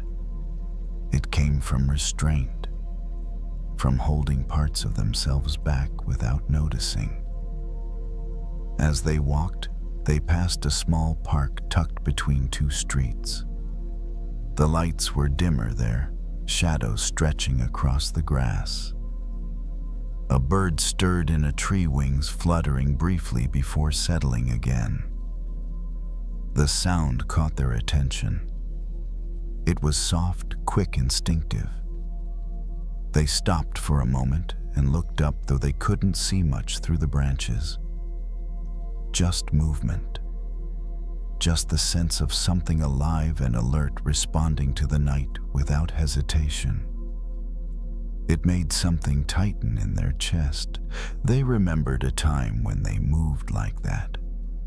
Not recklessly, just honestly. When choices came from a clear internal yes or no instead of a calculation. Somewhere along the way, they had learned to check themselves first. Will this make things awkward? Is this too much? Should I hold back a little? Those questions had become second nature. Protective, sensible, but also heavy. They resumed walking, steps slow and even. The rhythm of their movement matched their breathing, steady and calm. The street ahead curved, slightly disappearing behind a row of houses. They thought about how often freedom is misunderstood. People imagine it as escape, as leaving everything behind, as doing whatever you want without consequence. That kind of freedom had never appealed to them. What they missed was quieter. The freedom to respond without rehearsing. The freedom to say no without guilt. The freedom to say yes without explaining. The freedom to be aligned. They reached a corner where the sidewalk widened. A bench sat under a tree, empty. They paused there, resting one foot on the curb, feeling the cool air move across their face. The truth was, they weren't trapped by anyone else. No one had asked them to disappear. No one had demanded they shrink. They had done it themselves, slowly, out of habit. Out of a desire to keep things smooth. Out of care. Care can be a beautiful thing. But when it's not balanced, it can turn into a cage. They leaned against the tree and closed their eyes briefly. The bark was rough against their shoulder, solid, real. A thought surfaced not as a challenge, but as a gentle curiosity. What if being myself is enough, even when it's inconvenient? The idea didn't feel rebellious. It felt relieving. They opened their eyes and noticed how quiet the park was now. The bird had gone still again. The street lamps hummed faintly. The night didn't demand performance. They took a deeper breath than before, chest expanding fully, then let it go without controlling the exhale. The body responded immediately, shoulders lowering just a fraction. It wasn't freedom as a grand declaration. It was freedom as a release. They pushed off the tree and continued walking, posture a little looser. Now steps a little less careful. Nothing visible had changed. Anyone watching would see the same person walking home. But inside, something had stretched its wings, not to fly away, just to breathe. They didn't suddenly change who they were. They didn't start speaking louder or saying everything that came to mind. They didn't make bold declarations or redraw the shape of their life overnight. What changed was smaller than that. As they walked the rest of the way home, they noticed how often they'd been holding their breath without realizing it. In conversations, in decisions, in moments where they waited for permission that never actually came. They let their breath move freely now, in and out, matching the pace of their steps. The body responded right away, as if it had been waiting for that signal. At the next intersection, a car passed slowly, headlights sweeping across the sidewalk. For a second, their shadow stretched long in front of them, then fell back into place behind. The image lingered. They had spent so much time trying to stay within certain outlines, certain expectations, certain versions of who they should be, depending on the room they were in. But shadows change with the light. They don't mean something is wrong. They just mean you're still here. They reached their front door and paused before going inside. The house was dark, quiet, familiar. A place where they didn't need to perform, or at least where they were learning not to. Inside, they set their keys down and leaned against the counter, feeling the cool surface under their palms. The day loosened its hold a little more. They thought about how often they'd mistaken safety for freedom. Safety had meant staying agreeable, staying predictable, staying small enough not to disrupt the balance. It had worked in a way. It had kept things smooth. But it had also kept them separate from themselves. Freedom, they were realizing, wasn't about pushing against anyone. It wasn't about rejecting connection or choosing solitude over belonging. It was about alignment. About letting the inside and the outside match, even when that felt slightly uncomfortable. Even when it meant allowing a pause instead of filling the space. Allowing a no instead of another yes. They sat down on the couch and rested their head back, eyes closing for a moment. The quiet wrapped around them, the hum of the refrigerator, the distant sound of a neighbor's TV through the wall. Ordinary sounds, ordinary life. They placed a hand on their chest and felt the steady beat beneath it. That rhythm hadn't changed based on anyone else's approval. It hadn't sped up to impress. It hadn't slowed down to fit in. It just kept going. There was a kind of happiness in that realization. Not the bright celebratory kind, but the steady kind. The kind that comes from no longer fighting yourself. They didn't need to be everyone's version of easy. They didn't need to be endlessly adaptable. They didn't need to earn the right to take up space. Being themselves didn't mean being rigid or selfish. It meant being honest, responsive, alive in their own skin. Tomorrow there would be moments when they slipped back into old habits, when they softened their edges out of reflex, when they forgot.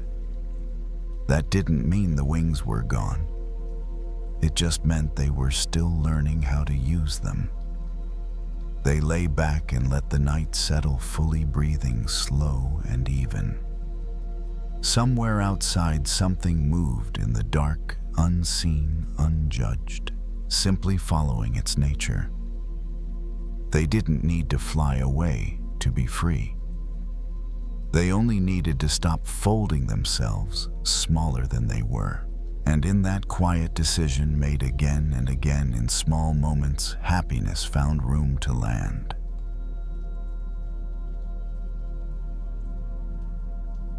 They didn't realize how harsh their inner voice was until the room got quiet. It was late. The bedroom was dim lit only by a small lamp on the nightstand. A ceiling fan turned overhead with a soft, steady whir, and the clock on the wall clicked in an unhurried rhythm as if time had nowhere else to be. They stood near the foot of the bed, pulling the comforter smooth with both hands. The gesture was simple, familiar, a small act of order at the end of a long day. and still the voice showed up. You didn't do enough today. You should have handled that better. Why are you like this? It wasn't loud. It never was.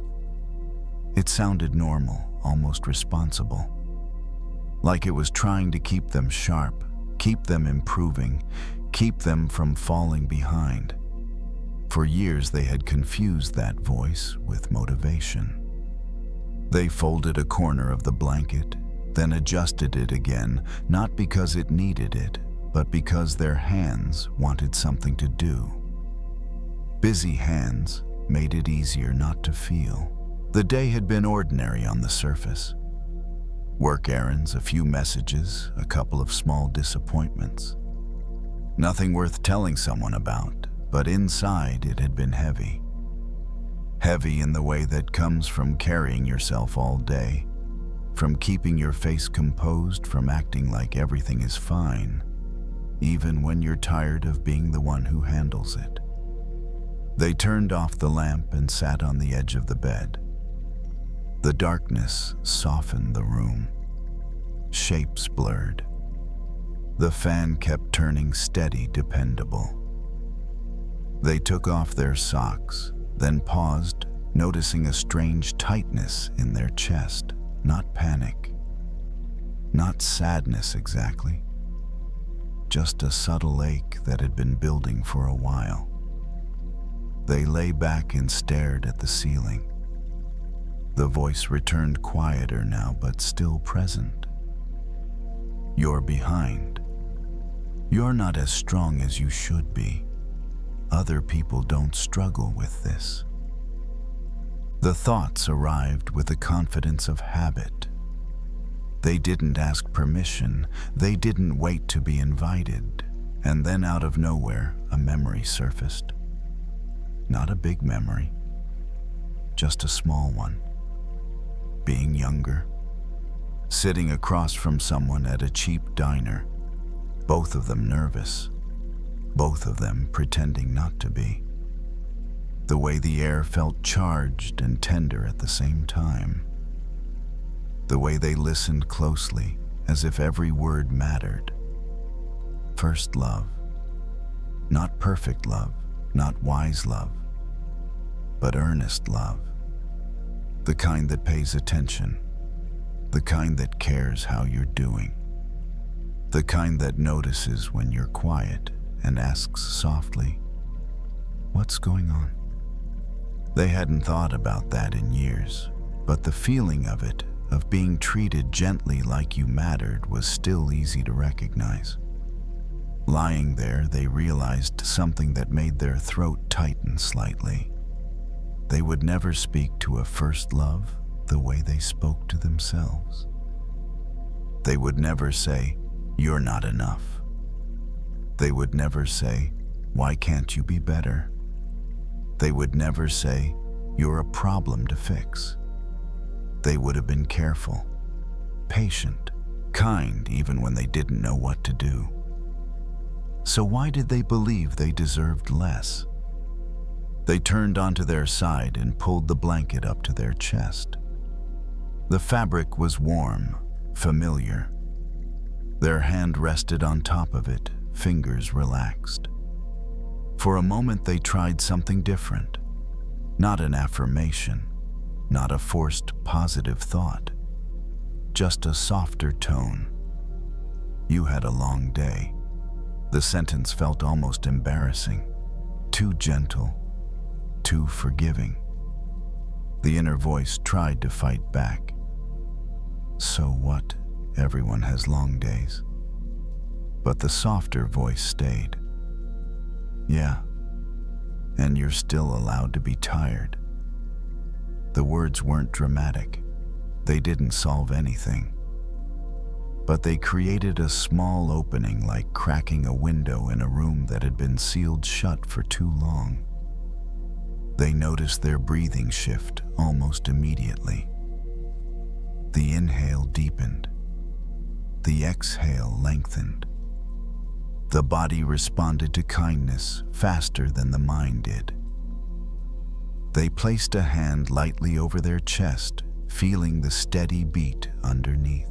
The warmth of their palm spread into the fabric of the blanket. It wasn't a big gesture, just a small sign of being on their own side. They stayed there listening to the fan, the clock, the quiet. And the harsh voice for once didn't have the whole room. They stayed awake a little longer than usual, not because their mind was racing, but because something inside them was settling, like snow falling after a long day of wind. Quiet, slow, almost unnoticeable unless you were paying attention. Their hand was still resting on their chest.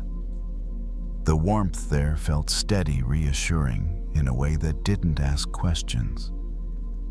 The fan continued its soft rotation above the sound, blending with the rhythm of their breathing. They thought about how love begins.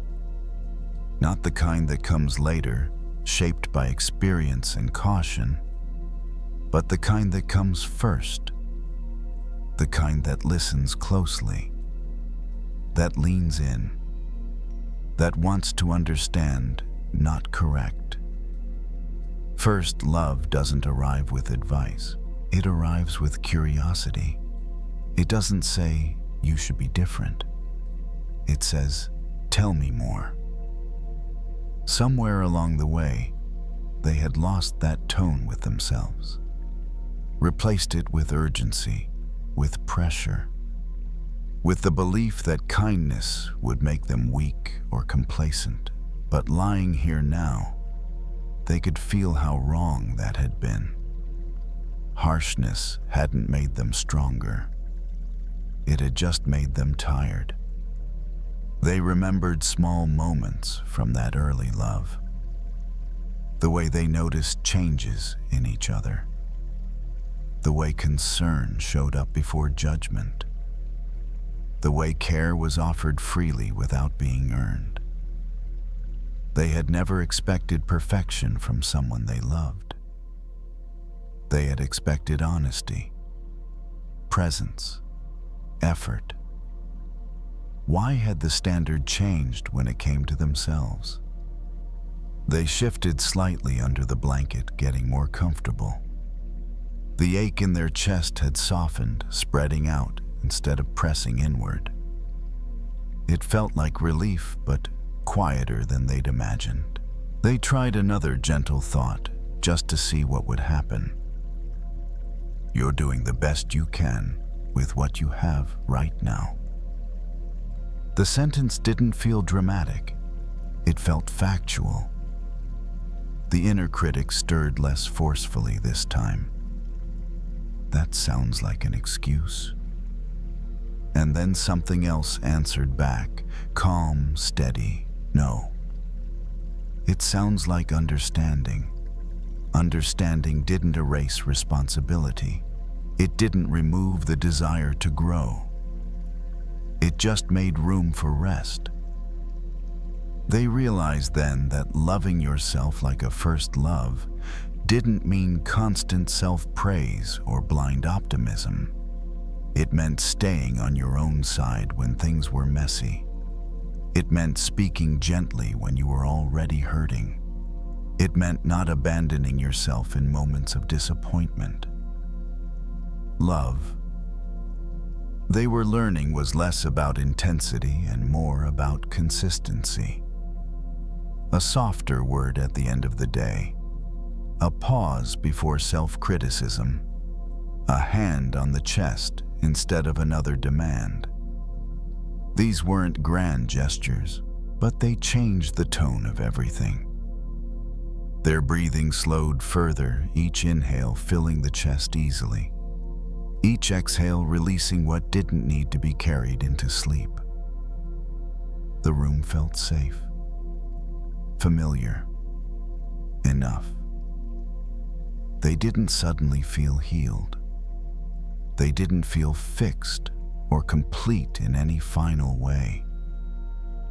They felt accompanied, and that was new. tomorrow the old voice might return. The habits might resurface. They knew that. Patterns don't disappear overnight. But now, there was another voice too. One that noticed. One that stayed. One that didn't leave when things felt unfinished. As their eyes grew heavier, a simple understanding settled in without effort. They didn't need to become someone else to be worthy of care. They didn't need to earn their own affection. They didn't need to wait until they were better to be loved. They had been worthy all along. Like a first love, not because they were perfect, but because they were here.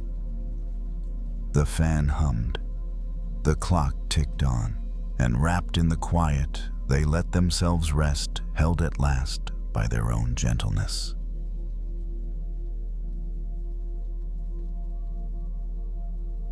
Wherever you are tonight, I'm grateful you chose to spend this quiet time here. If these stories help you rest, you're welcome to subscribe and return whenever you need a gentle place to land.